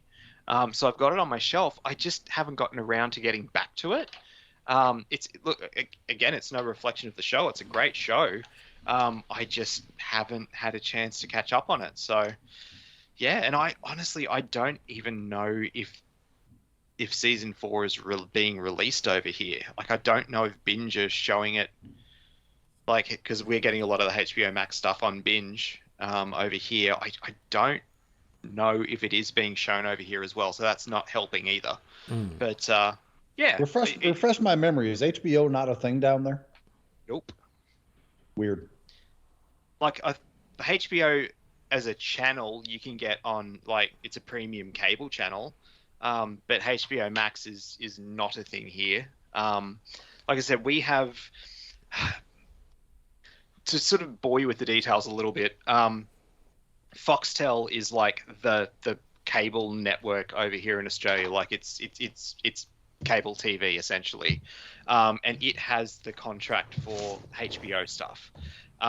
Binge is a streaming service that is also owned by Foxtel, so that is why a lot of the DC stuff and like, you know, Zack Snyder's Justice League and Superman and Lois and stuff, like it's going to Binge the same time as it hits HBO Max overseas. So that I'm thankful for, but they also don't get everything. And yeah, I could be wrong, but I have not seen Young Justice pop up on Binge as like a suggestion for me or anything. That's because they know you don't like DC stuff. Wow. Okay. Right? Well, I guess it's on me. I will say this. Here's my hot take of the evening. I'm disappointed with season 4. Okay. It's not bad, but it is not nearly as good as seasons 1 through 3, and I'm disappointed with it. It's still pretty good. I enjoy it. I like it well enough, but it almost has the same problem as Jamie and I talked about with Titans season 3, is they separated the whole team, and the team are all over the place. And so they don't want them together in this season. And so we got, instead of getting one story with the whole team, we got like 3 mini stories with different members of the team. So like the first chunk was Miss Martian, Superboy, and Beast Boy on Mars. The second chunk was Tigress and Cheshire and their little adventures. And then the third arc, which is the one I'm liking the most, is Zatanna. And so there's like no Aqualad, who's now Aquaman. There's no Nightwing. There's no Batgirl. Like they're missing so many of the core members of the team in these different little arcs. And I'm like, that kind of takes the fun out of it, because I love the whole team. And for whatever reason, they're choosing to focus on these random smaller stories. So for me, that's been the most disappointing thing. Like I said, I like this last arc the best because it almost feels like a Justice League Dark arc, because it's Zatanna and there's Dr. Fate in there. There's some students of Zatanna. And here's the best thing. Blue Devil has something of a supporting role. Well, I guess we know why he likes this one. All right. Let's say, because she's not selling me on it so far. Blue Devil, it's a small role, but he's there. He is present. And he has lines, and so I'm very happy about that. So it's still decent. It's still pretty good. It's to me, it's not as good as the first 3 seasons, and that's a bummer, because I've been banging the drum for Young Justice since the day it premiered, and for me to have to say, Phantom season 4, it's not as good. I hate to say it, but I also can't lie. So I should prepare myself for not being head over heels in love with the first episode for that to continue. Yeah, it might be. Unless you really love Miss Martian, Tigress, and Zatanna. Because those are really the focus. I'll take Zatanna over the other ones, no doubt. And like I said, that's the one I'm enjoying the most, is that one. So, right. And you said this one's only like 13 episodes? Yeah.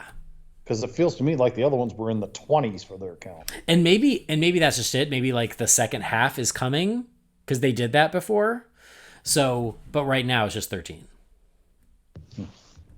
Only I had a small handheld computer box that could give me this information. Yeah, so I'm still enjoying it for what it is, but yeah, I wish I could rave about it the way I raved about the first 3 seasons. So, Young Justice Phantoms. It's out there. It's on HBO Max. Still watch it. 26 episodes. Okay, so then the second half's got to be coming. Yeah.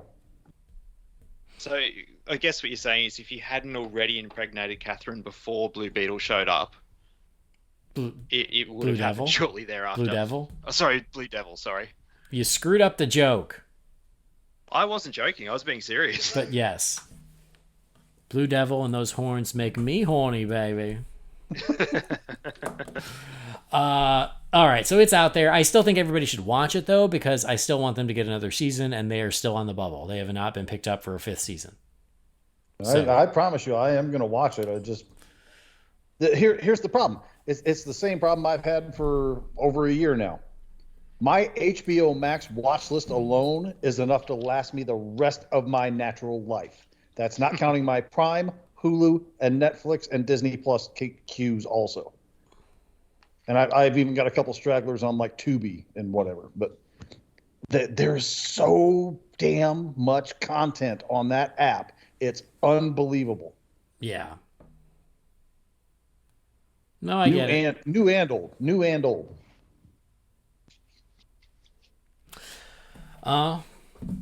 There's just never enough time for everything. You'll get to it. That's true. That's true.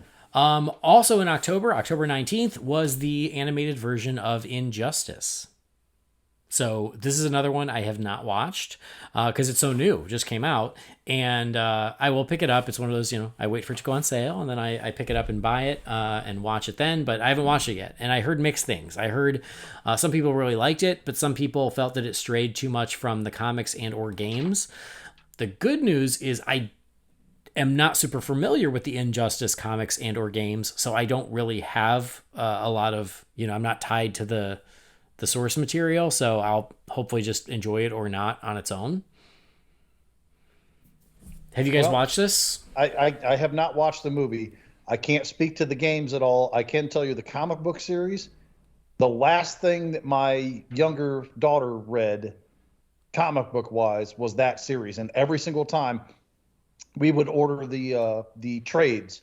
Every time a new I would like pre-order the trades on Amazon. So every time a new one came out, we'd get it like that day or the day after it came out.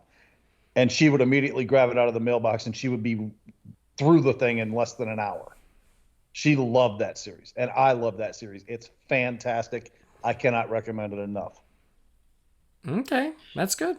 I think I read the He-Man crossover. It was Injustice and He-Man. Of course you did. Because of course I did. Have you met me?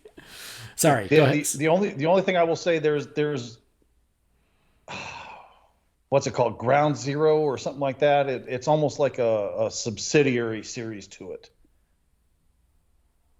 and it focuses on Harley Quinn. That neither one of us was crazy about, but like all the main ones, it was called Injustice, Gods Among Us, I think is what it was called. We loved every single page of every single issue that we got. Okay. Sorry, Brendan, you're trying to say something. I read a chunk of the comics when they were coming out. I really liked them. I played the game as as far as it's kind of like the button masher Mortal Kombat style fighting. I never, but I'm not married to the to anything particular about it. In terms of, the comics or the games, like if the movies, it's going to be its own thing. I don't really care. So yeah, I was actually only thinking about this yesterday. I still haven't watched it, which is very odd for me because I usually watch the DC animated movies like as soon as they drop. But this one, for some reason, I just haven't gotten to it yet. And I want to watch it. I just haven't had a chance yet. So it's something I do need to remedy quite soon. But yeah, so as for now, I can't really comment on it just yet. Wow. So none of us have seen it. Great. Helpful. Which is odd for us. I know, but I literally just looked. $20 price tag. Exactly. I just looked up. I was like, maybe it's on sale. It's not. Still $20. So gonna keep checking. It was on sale last week, but it was still 15. Oh yeah, no. 10 or less is when I pull the trigger. 10 or less is when it winds up on HBO Max. Exactly. That's why I always buy it, and then it ends up on HBO Max. But that's okay. I don't mind paying for it. But that is an easy way to track when something's going to hit HBO Max is when the price drops. Yep. Like Malignant was $20, then it dropped to $14.99. Now it's down to $12.99, and I bought The Conjuring for $12.99, and like 3 weeks later it was back on HBO Max, and the price dropped to $9.99. So now I know Malignant is a couple weeks away, and it'll drop down to $10, and that's when I'm going to buy it. So, well. Good. I am too. I just checked because same thing. I've been waiting for that one to go to $9.99 because I loved it. I did too. Well, terrific. Anyway, Injustice, we'll get around to it just like we get around to all of these damn things, but it will happen. So let's move to November. November, also not a heck of a lot. I think just because we got so much with fandom in October, despite what you crybabies say. So all I got really for November is that we got the full trailer for DC League of Super Pets. That came out on November 23rd, just in time for the Thanksgiving movies. I think I saw it before Ghostbusters Afterlife, actually. That's when I saw it. Yeah. So yeah, this was one of those, and I think we talked about the trailer on this show, but when it was announced, it was one of those, what are you talking about? But now that I've seen the trailer, I'm actually into it. I think it looks fun as hell. I mean, when that trailer started, and I think I even said it when we discussed it, I thought it was a new Secret Life of Pets movie, and I was just like, ugh. And then, he was flying and holding him up on the leash, and I'm like, oh, it's the Super Pets one. And, it has some really good moments in the trailer. It's not one I don't think I'm going to rush out to the theater to see, but I'm, once that thing, if they're going to run with this the same way they have with the other stuff with HBO Max, where the window's 45 days, I'll happily watch it the day it's released on HBO Max. Happily. Yeah, but I don't think they're doing that next year or this year. Damn it, this year. They're not doing that this year? No, I thought this year was the year they said they were going to start that. Because everybody was in the tizzy and the hiff-huff about the simultaneous release dates. Oh, I'm sorry, that's what I meant. I'm sorry, I meant the simultaneous. They're not doing that anymore. No, that's what I'm saying. They're going to have a guaranteed window. I think they said 45 days. Oh, okay. I'm sorry, my bad. I misunderstood. Maybe I'm wrong on those figures or something. But no, that sounds that's right. what it seemed to me. Yeah. 45 days and then it's going to hit. I mean, no disrespect to the movie, but I can wait 45 days to watch that. Well, I probably will have to at that point too. Yeah, I think we're going to be busy with other stuff. I have a hunch. I'm just gonna call it now. Brendan, the Super Pets. Again, same as you guys. When it was first announced, I was like, "Oh, okay, sure." The trailer when it was released not long ago, same as you, I really enjoyed it. I thought it looks fun as hell.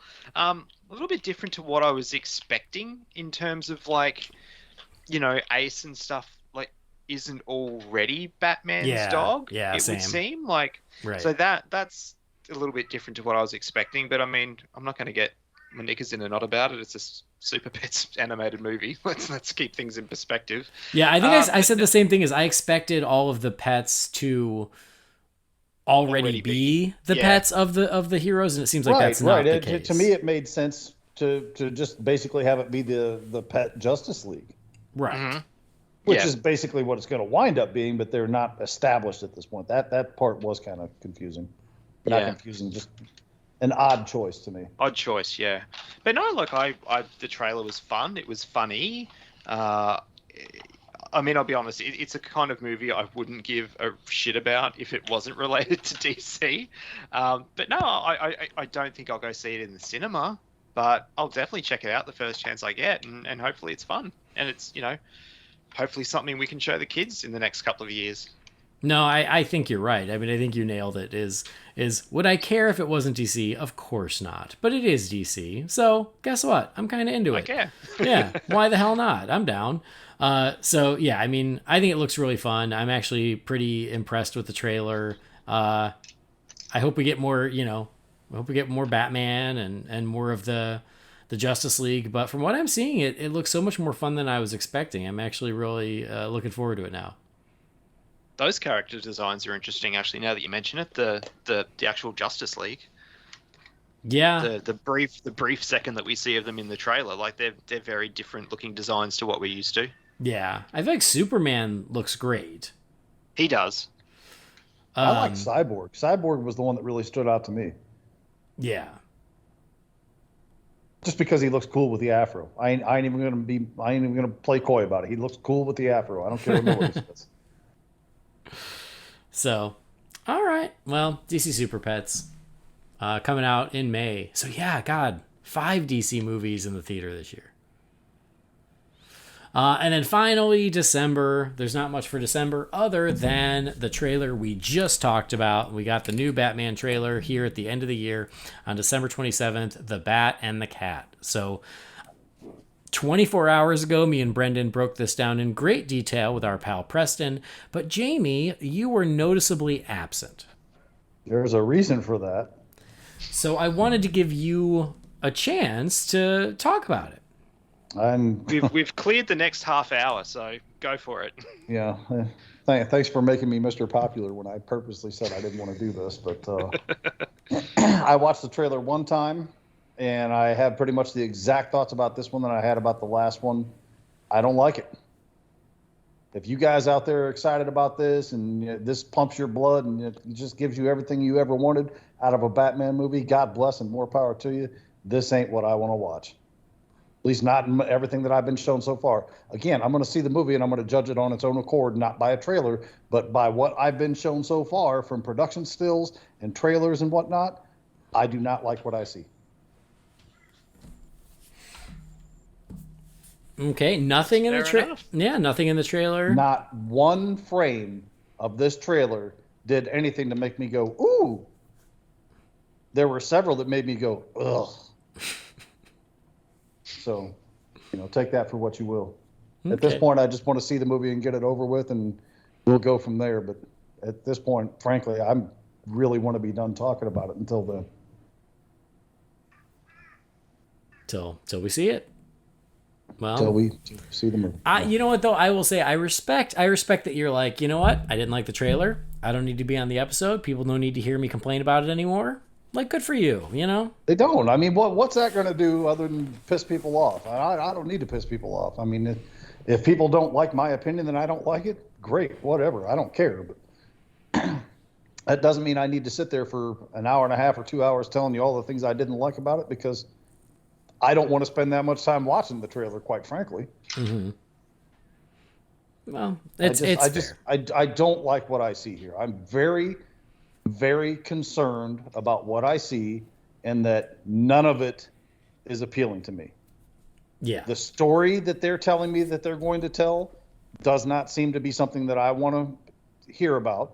The aesthetic that they're presenting, which is my chief complaint at this point, I think is abysmal. Okay, I'm just going to say it out loud now. I'm just going to get it all out of the way now, and I'm going to be done talking about this movie until after I've seen the movie. This movie looks abysmal to me. The designs and the coloring and the costumes, the car, everything, none of it appeals to me. Something should. As much as I love Batman and the DC universe, something in here should have popped to me and been something that I really went, ooh, wow, that's an interesting take. I can't wait to see that. Everything I've seen has been like, really? That's the choice they went with? Okay. So I don't want to be negative, but I'm not going to lie to people and tell you I like something I don't like, because I don't like this trailer. I didn't like the last trailer. The first trailer, pretty good. I mean, it at least offered something of a glimpse of what was going to happen. I think we universally liked that one. It's all been downhill from there. That's the problem. Like, I had a few concerns aesthetically speaking with that first trailer, but it wasn't enough to get me, like the Bat costume at this point. I don't like the Bat costume, but it's the best thing I've seen aesthetically about the film, in my opinion. If you guys like it, you like the car, you like the Catwoman, you like the Riddler, you like everything else, that's cool. Penguin, he looks fine, but he's Colin Farrell in makeup. I mean, he doesn't look okay. He doesn't not look like Penguin, but at the same time, if somebody showed me his picture, I wouldn't go, ooh, that's the Penguin. I would just say, okay, there's some guy. Okay, I didn't even know it was Colin Farrell. Somebody had to tell me it was Colin Farrell when we talked about the first trailer. So, but I just, I don't like it. And guys, I'm sorry. I'm very concerned about this movie. Very. All right. I know. I get it. We've heard, we've discussed, but yeah, it's funny because every time there is something new, a lot of the listeners on Twitter be like, does Jamie like this? Has this helped warm Jamie up to it? So the answer is no. It is not. The answer is absolutely not. It has not warmed you up to it. It's been getting progressively worse and worse with everything that's been revealed since the very first teaser at Fandom last year. Yeah. Not last, well, 2 years ago now, I guess. You know what I'm saying. Right.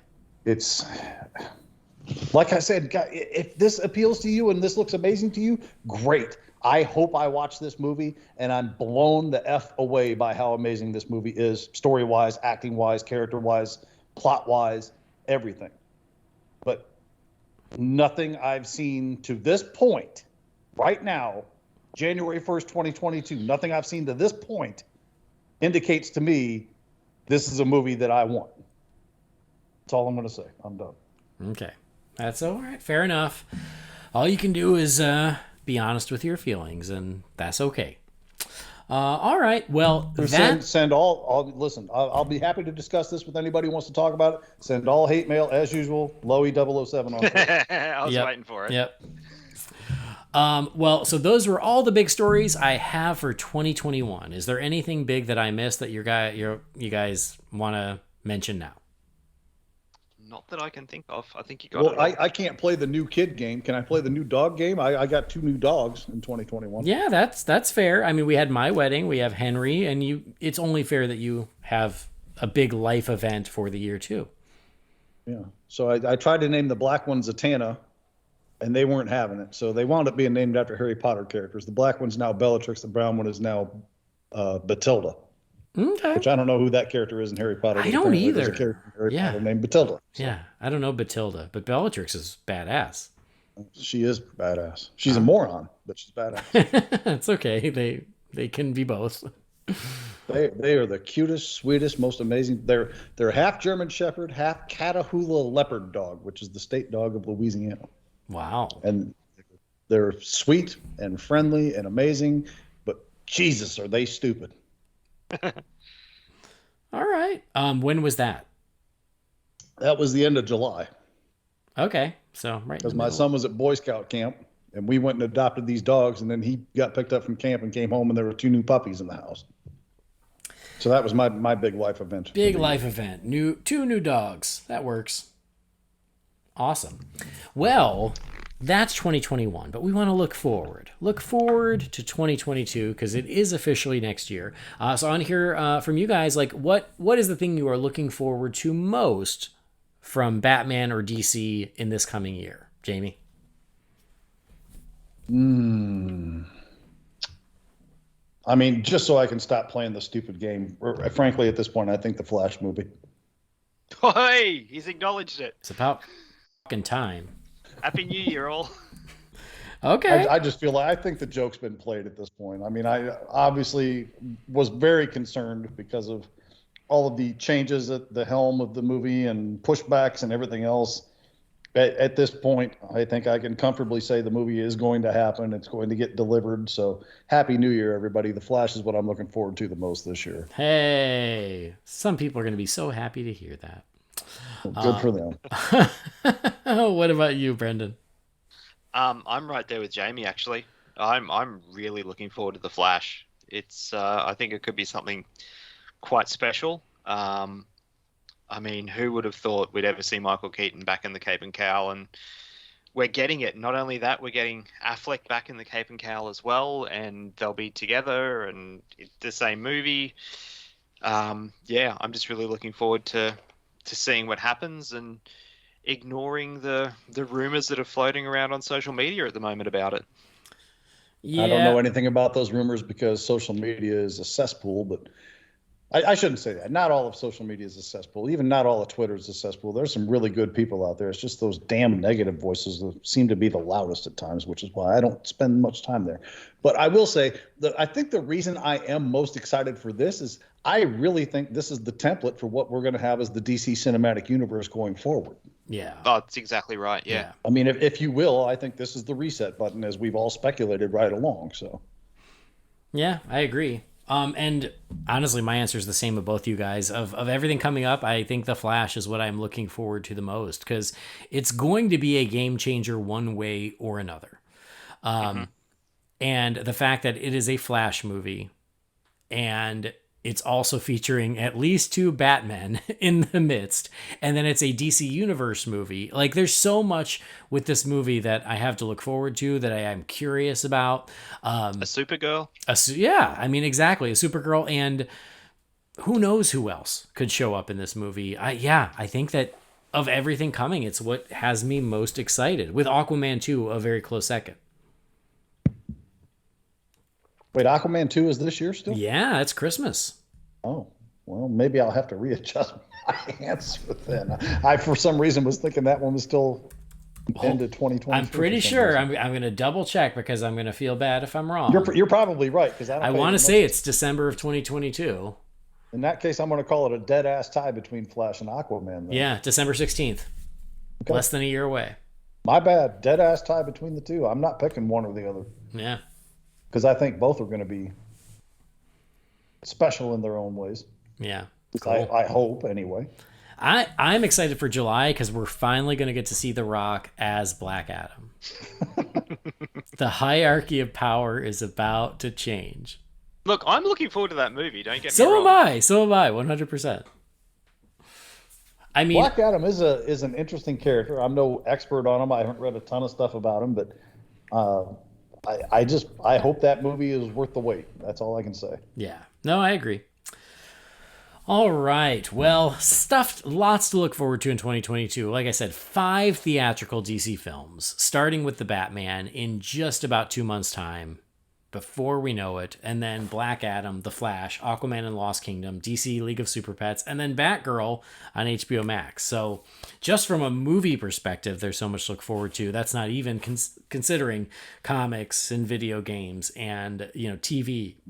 Streaming. The animated movies. Yeah, the animated movies, the new animated series, the Superman and Batman animated series. There's a lot coming our way and a lot to look forward to. So, lots of good stuff happening, but always fun to look back and see what we got this past year before we get to start enjoying all the stuff in the new year. That is our 2021 year in review. Because we literally just did a new episode yesterday, we only have one email, but I'm going to read it because I just love the feeling of an empty email inbox. It just feels so nice. Rearing its head again. Oh, it feels so nice. So I'm going to read this one email. I'm not even doing the Wayne Manor mailbox intro because it's just one. But Mark Bickford, he was right on top of this, and so I want to read his email before we wrap up. He says, "Hey, Holy Bat fam. I hope you all had a wonderful Christmas, and best wishes to all of you and the entire family of listeners for a wonderful new year.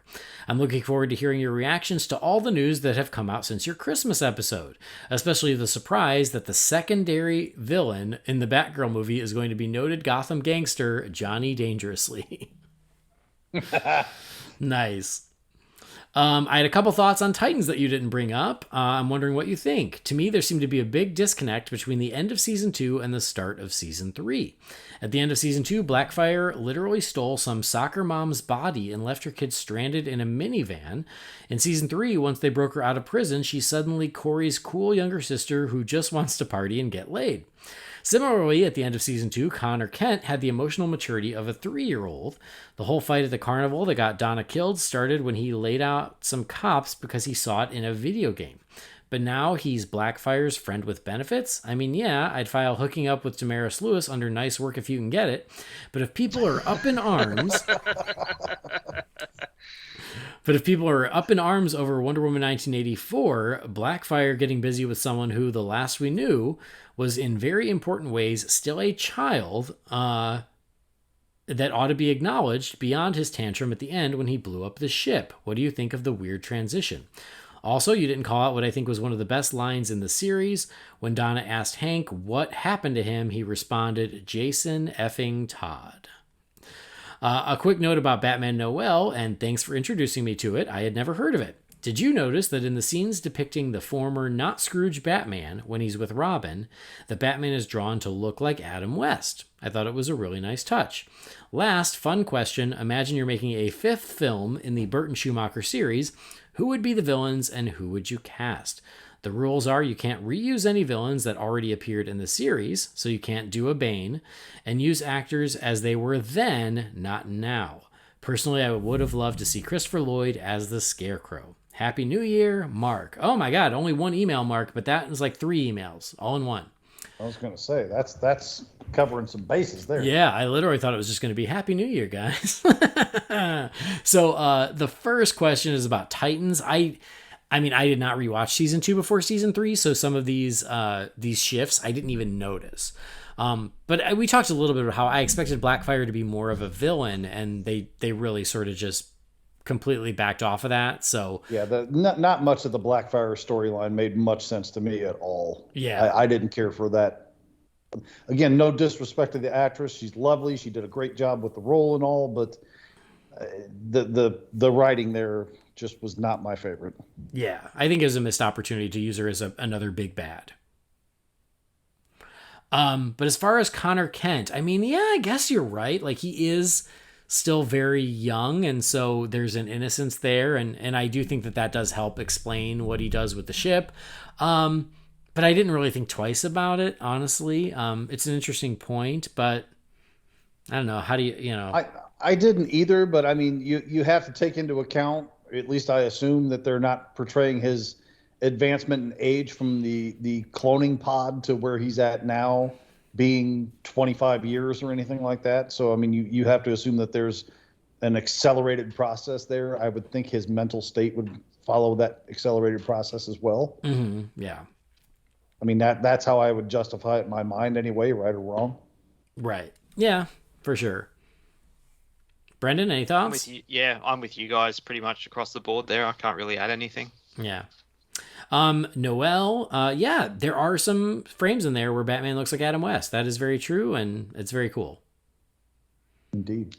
But okay, so they're making Batman 5 back in 1999. Who's the villain, and who are you casting? Jamie. No, go to Brendan first. I got to think Brendan. about this. Look, I know it's a cheat, but I still liked the idea of a Jeff Goldblum Scarecrow.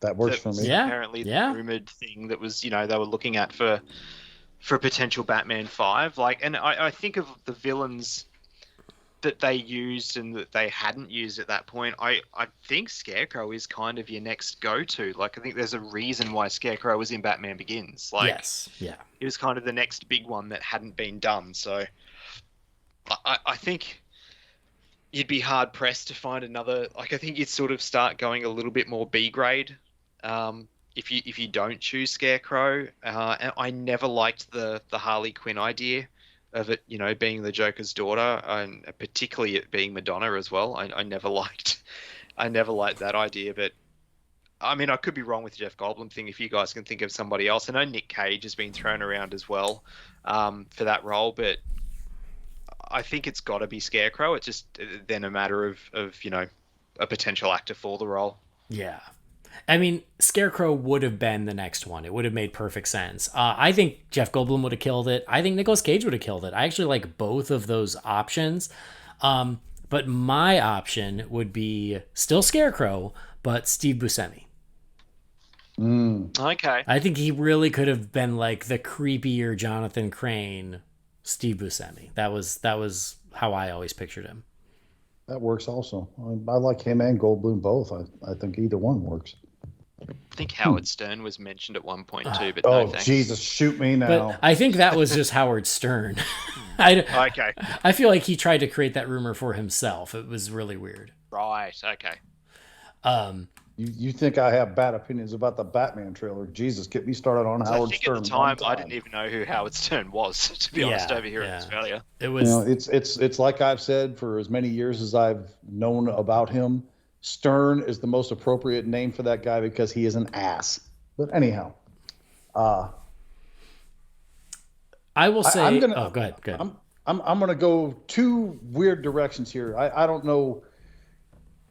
One of them I think really works. The other one just for some reason just popped into my head, and I'm like, And the one that just popped into my head was Patrick Stewart as Hugo Strange. Oh, yeah. I was going to say, if you say Lawrence Fishburne as Ra's al Ghul. Well, I mean, I would have if you hadn't just ruined it. No, I know Patrick Stewart as Mr. Freeze is kind of the popular choice, but I don't know why Hugo Strange popped in my head, and he's the one that just rolled with it. It's like I feel like, and not to say he wouldn't be a great Mr. Freeze. I really think he would have, but Mr. Freeze has already been used in the previous movie as well. So I'm going to say Patrick Stewart for Hugo Strange. And I'm also going to say for Harley Quinn, because I despise the idea of Courtney Love playing her, I'm going to say Patricia Arquette, especially for that era. Because if you've ever seen the movie True Romance, that hotel throwdown that she has with James Gandolfini in that moment, there's a couple moments where you can see a little bit of that psycho clown girl come out in here. So I'm going to go with Patricia Arquette for that one. I think that's actually a great choice because I'm not against bringing in Harley Quinn in a different way. Maybe not the Joker's daughter, but I think there could have been a cool way of having it being like someone who idolized the Joker, and even though he's gone, sort of adopts the persona to carry on his work. I think there is a way to do Harley Quinn without the Joker, especially in the context of those films. But yeah, the Madonna thing never made sense. To me, she seemed way too old. I think Patricia Arquette I think that's a great choice. I wouldn't have thought of that, but a choice that was bandied about a lot from fans, but I'll say it again because I do think it's a missed opportunity. Brittany Murphy, she would have been so good. Oh, she would have been good at that time, you know? She would have been amazing. So I think there could have been a way to do Harley Quinn in that franchise, but just didn't happen. They actually wrote a character called the Joker's daughter into the comics for a brief time around the New 52. Yep. Oh my God, that was abysmal. Yeah, it was terrible. It was such a mess. Terrible. Here's what's crazy is I got this board game, and it's a Batman board game, and it's like you play as a villain in Arkham, and it's really fun, very complicated. But one of the playable villains is Joker's daughter, which is like, oh, so that shows you when they made this game. Is when they were trying to make Joker's daughter a thing. So, all right. Well, Mark, thank you for the message. Thanks for the question. I guess it's Scarecrow, Hugo Strange, and Harley Quinn are your options. Those are really the ways to go. But that is where we are going to wrap up this show, guys. Happy New Year. I hope you all had a wonderful 2021, or at least a good enough one. Again, I know it wasn't perfect. We're still dealing with this damn pandemic, but I hope that there were some high points in your past year that you can really cling to and keep with you as you move forward in the next year. So Happy New Year, guys. Jamie and Brendan, Happy New Year to you too. Glad you joined. We made this work that all three of us could be here. So Jamie, Happy New Year. Happy New Year to you. It was good having the crew back together again. You know, it's one of those things that's been so long it feels weird but normal at the same time. I mean, I've been saying that a lot lately, but it just feels like the right thing to say. Normalcy is something we could all use in our lives right now, and that feels pretty good to me. So yeah. Cheers, guys. Cheers. Happy New Year, Brendan. You too. Thank you very much. And this is great way to start the new year. I've done 2 episodes in 24 hours, so I'm back with a vengeance. So, I know. And, that might not sit well with some people, but guess what? I'm back. So, suck it. It sits well with us. We're family. We very much are for 2 people who I've never officially met, other than talking on podcasts and online. You guys are definitely my brothers. You're 2 of my best friends, and I love you both. So I'm looking forward to to carrying on another year of Holy BatCast. And from what we were just saying, coming up this year, it's going to be a pretty jam-packed one. So I was going to say we don't have to worry about filling a lot of gaps this year from the sounds of things. No, we don't. Yeah, no kidding. But that'll be fun. You watch, it's going to be the busiest year in terms of a DC fan, and you watch Andy try and find the time with a newborn. I was going to say, in terms of people watching their newborn kids while they're trying to figure out how to do this stuff. Oh my God. Well, maybe I'll just hand over the reins and you guys can take it from here. As long as Brendan can handle the technical aspects, sure, whatever. I don't think you want that. But no, seriously, I mean, I agree. You guys, you're my brothers, your family. You're 2 of my best friends, and again, people I talk to more often than actual family. I mean, partly because of this podcast, but also because of just the ongoing chats. And so I'm thankful for both of you and your support over the past year, and looking forward to another year of making the show happen with you guys. Aww. You can't see it, but I'm hugging my microphone right now. I'll take it. Probably the alcohol-enhanced emotional state from drinking a bottle of wine and 3.5 beers in the last 6 hours. But I feel much the same. You guys, 2 of my favorite people in the world. Well, you can't see me, but I'm doing a Kevin Smith and filleting my microphone. So. Andy, hurry up and turn off the record button so we can get this done here. don't normally turn our cameras on, but let's make an exception. Oh. It's a special occasion. It's a holiday. Yeah. I mean, I normally at the end of New Year's, it's just Batman and Gordon, but I think this year we need a third seat for the three of us. Oh. So, all right, guys. Truly, thanks for joining us. Thanks for downloading the show. Please do subscribe wherever you get your podcasts. Please rate and review us on Apple Podcasts. Brendan didn't tell you this. You can follow him, Loey007. And again, that's any complaints that you have about the opinions shared on this episode or any episode. Please direct those to Twitter at Loey007. He is. Turns out they are. Good, perfect. That works for me. He is our customer service rep, not just for the Australian Post, but also for Holy BatCast. We appreciate that. I mean, We'll he's finally so get you that qualified. raise How this could year. we give the job to anybody else? Yeah. But you can't follow Jamie anywhere except by continuing to tune into the show. But again, go to holybatcast.com. Find us on Facebook, Twitter, Instagram, or YouTube at Holy BatCast. If you've got something for the Wayne Manor mailbox for next time, you can send that to holybatcast@rf4rm.com. As always, a big ol' thank you to Gaurav Venkateswar. He does our theme music. His work can be found at gvtunes.com. But that'll do it. On behalf of Brendan and Jamie, I've been Andy. We'll see you next time. Same bat time, same bat channel, and wishing you and yours a very happy and prosperous 2022.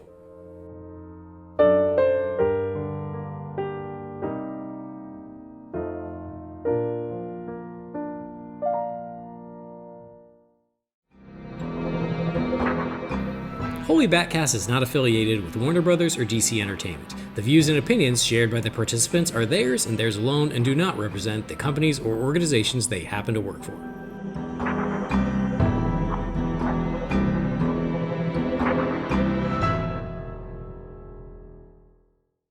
Should old acquaintance be forgot and never brought to mind? Should old acquaintance be forgot and days of old lang syne? Sorry, fellas, closing time. But we want to sing. So start practicing for St. Patty's Day. Hey. Happy New Year, Commish. I heard your buddy had a rough night. I wouldn't be surprised if he didn't show this time. And break our tradition? In fact, unless I miss my guess, that's him now. How's that arm? Better than the Joker's. Close one this time. They're all close ones. Well, here's to survival. Hopefully we'll be doing this again next New Year's Eve. Hopefully. And now, Joe, if I could get one of your famous cheesesteaks to go, I'll be ready to call it a night. Anything for you. One of these years, I'm going to beat him to the check.